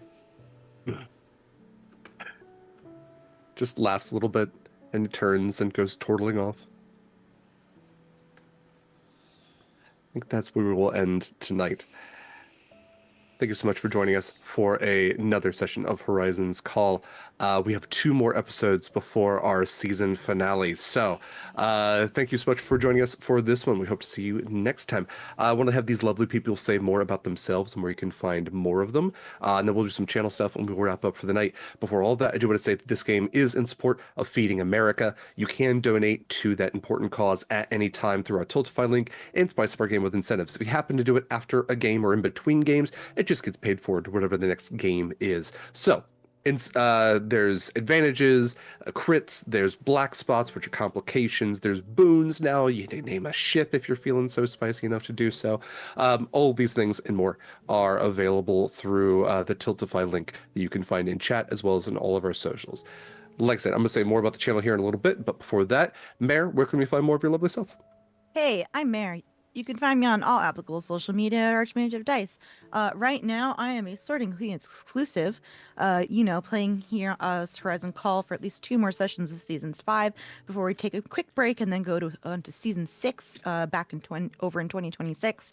I am also playing in Zenith 3000 on Thursdays at 8:15 Eastern, where we have a Season 2 of Zenith, but it's 500 years in the future and it's cyberpunk and I'm playing a pretty government man with trauma. And on the 22nd, which is a Monday, I believe at 7 p.m. Eastern, I'm going to be leading a group of grandmothers in making the best holiday fair ever. And in 2026, either January 31st, and if not the 31st, February 21st at 1 p.m. Eastern, we will be premiering the Invisible Sun game I was casting for. That will be our premiere date. So keep an eye out for that game, which we have dubbed the Indigo Nexus, and maybe there will be some one-on-one pre-recorded character scenes that will be posted before the premiere. We're in the process of recording those. Everybody is also very hot. Very excited for all of that. Thank you so much, Mare. Next up, we have Eva.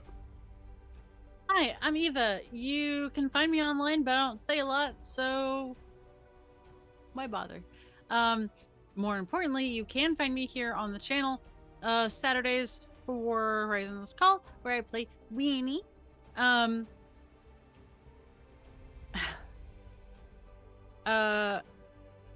And Thursdays, where I play not a government official. I don't know, like she's leverage. She's just 80% of the cast of leverage. It's fine. And that's it for the moment. Wonderful. Next up, we have Mikyl. Hey fam, I'm Mikyl. You can find me at Mikyl Sandoval on Instagram and BlueSky. Also, don't say a whole lot. So really, you could just find me on the Sword and Key Discord channel where I spend most of my time, and that is my social media because it's all the people that I love, like everybody here on the screen. So yeah, check me out there. And yeah, I do have an art channel on there, and yes, I haven't uploaded a whole lot of stuff, and yes, at the beginning of the year after I give out presents, I will be loading a whole bunch more information and pictures of things that I created for Christmas presents because Xmas is coming. So there, punks. Wow. Throwing some extra energy there at the back. It's extra chaos tonight. I don't know. Yeah, I'm feeling Really, a little really spicy. embodying that energy. Thanks especially to Michael, as always, for the incredible artwork that you see on screen, as well as all of the promotional materials. Definitely check out his socials. I know Michael says he doesn't say a lot. He says important stuff, is the thing, especially on Instagram. Now, he reposts a lot of important stuff there, but yes, his artwork is absolutely incredible. Highly recommend checking out, again, the Discord to see even more of it. Next up, we have Kaila.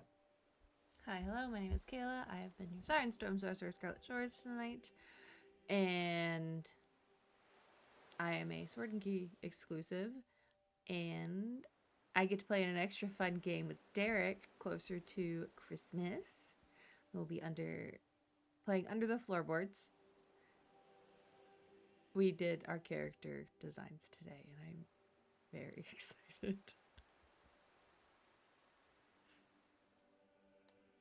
You gonna say more about your character? You'll leave that as a surprise. Okay, No, perfect. they have to I'm come excited watch for the Kayla's. stream. That's true. I'm excited for Kayla's character. Special thank you to Kaila for doing tech for this session. It is often Eva, although Mara and Kaila both pull very important duty as well when it comes to running tech and production stuff for this channel. Kaila really stepping up today for the production stuff. So special thank you. Next up, we have Jenn. Hi, I'm Jenn. I'm La Zelda in places, and I stream sometimes, and I'm also Long Dog Dice, and I make dice sometimes, and it's too late in the year to get anything custom right now, but hey, there's a bunch of stuff that's ready to go. And I also do gift cards, which people can use for commissions and stuff, so if you're just like, I don't know what kind of dice set somebody wants, you can give them one of those, and then they can decide exactly what they want, and maybe even custom design their own thing for it. So there you go. There's all that. I'm gonna go pretend I didn't just cry and go to a fucking Christmas party. It's fine. 'Tis the season?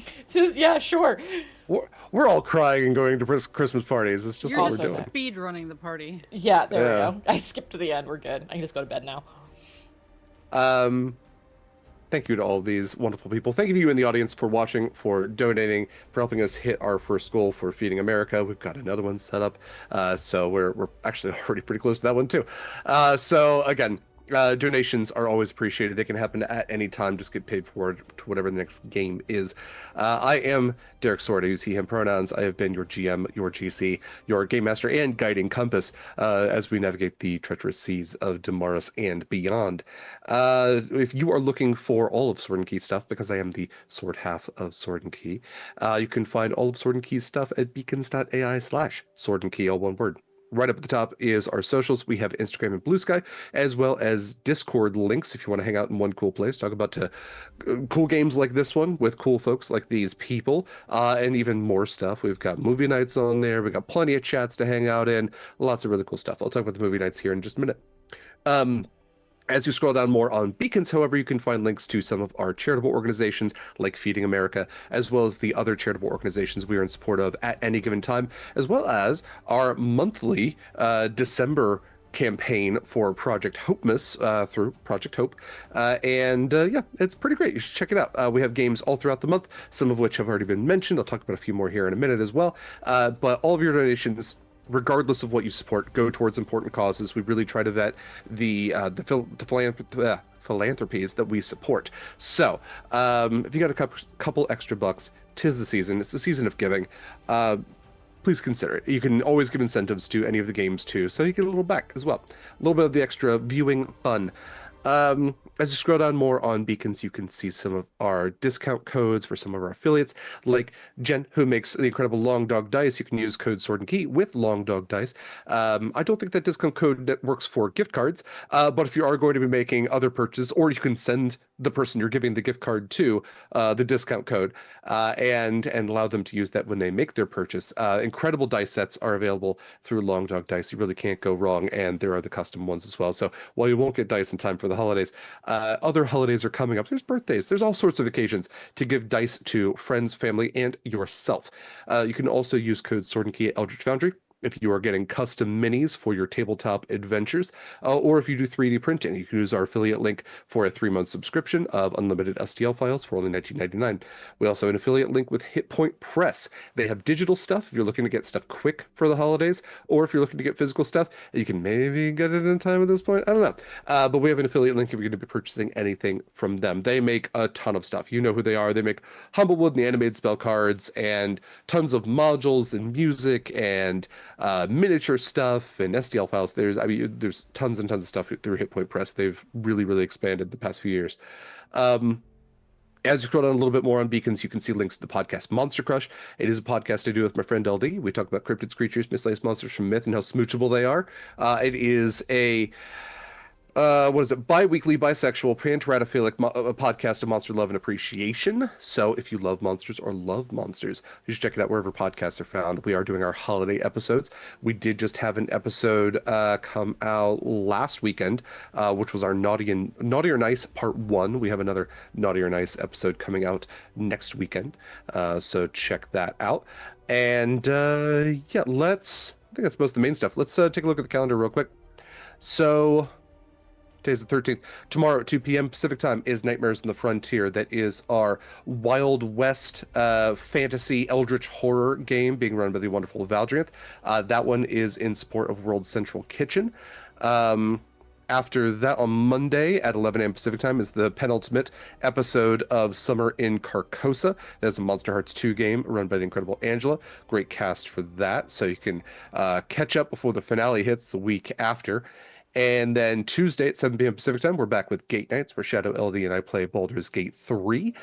On Wednesday at 4 p.m. Pacific time is Star Wars The Final Piece. That is a game being run by Dax. That is part of our Hopemas campaign. So great cast for that. Dax is a phenomenal GM, and that will be the finale. It'll be part 3 of 3 for that. Zenith will be playing on Thursdays at 5:15 p.m. Pacific time. That's Zenith 3K, Z3K. As Mare mentioned and Eva mentioned, they were both playing in that. It's being run by Alex, actually incredible GM for that one. Really cool cyberpunk fantasy for that. Highly recommend checking out. That one is in support of Doctors Without Borders. On the 19th is 3 p.m. Pacific time is the finale of Shadowlight and Persona, the Paris 1-2 step of 24. It is being run by the game creator of Shadowlight and Persona, which is, his name's Craig. Great cast, also part of the Hopemas campaign. I believe Tea Time Adventures is getting rescheduled, so we'll let you know when that is playing next. The 20th at 9 a.m. Pacific time, it's a week from today, is the first episode of Bounty at the Festival of Frost. It is a Root TTRPG being run by Baker, also part of the Hopemas campaign, and Horizons Call will be back at 3 p.m. Pacific time. Monster Crush will be out next, not tomorrow, but the Sunday after, the 21st. And Nightmares of the Frontier will be back after that. I'm sorry, I'm going to cough my brains out again. One sec. I'd cold suck. That is at least a week and a day from today, so that should get us a little bit. We do have other games, as Kaila mentioned. Our Under the Floorboards game, Not a Creature Was Stirring, is going to be playing on the 23rd. Grandma Club, as Mare mentioned, is playing on the 22nd. I'll talk more about that as we get a little bit further into the month. But it is a busy month, and it's only half over. Not even. So I'd love to see all of the stuff that we're doing. I'd love to see all the causes that we are supporting. So thank you all for sticking around with us as we play fun games, support great causes. Today we are going to be rating Nerds with Dice. So one of our community members and one of our GMs over here, one of the great players, Cass, is playing over there. So go over there, spread some positivity, be kind to yourselves, be kind to others, and until we see you next time, fair winds and following seas, brave mariners.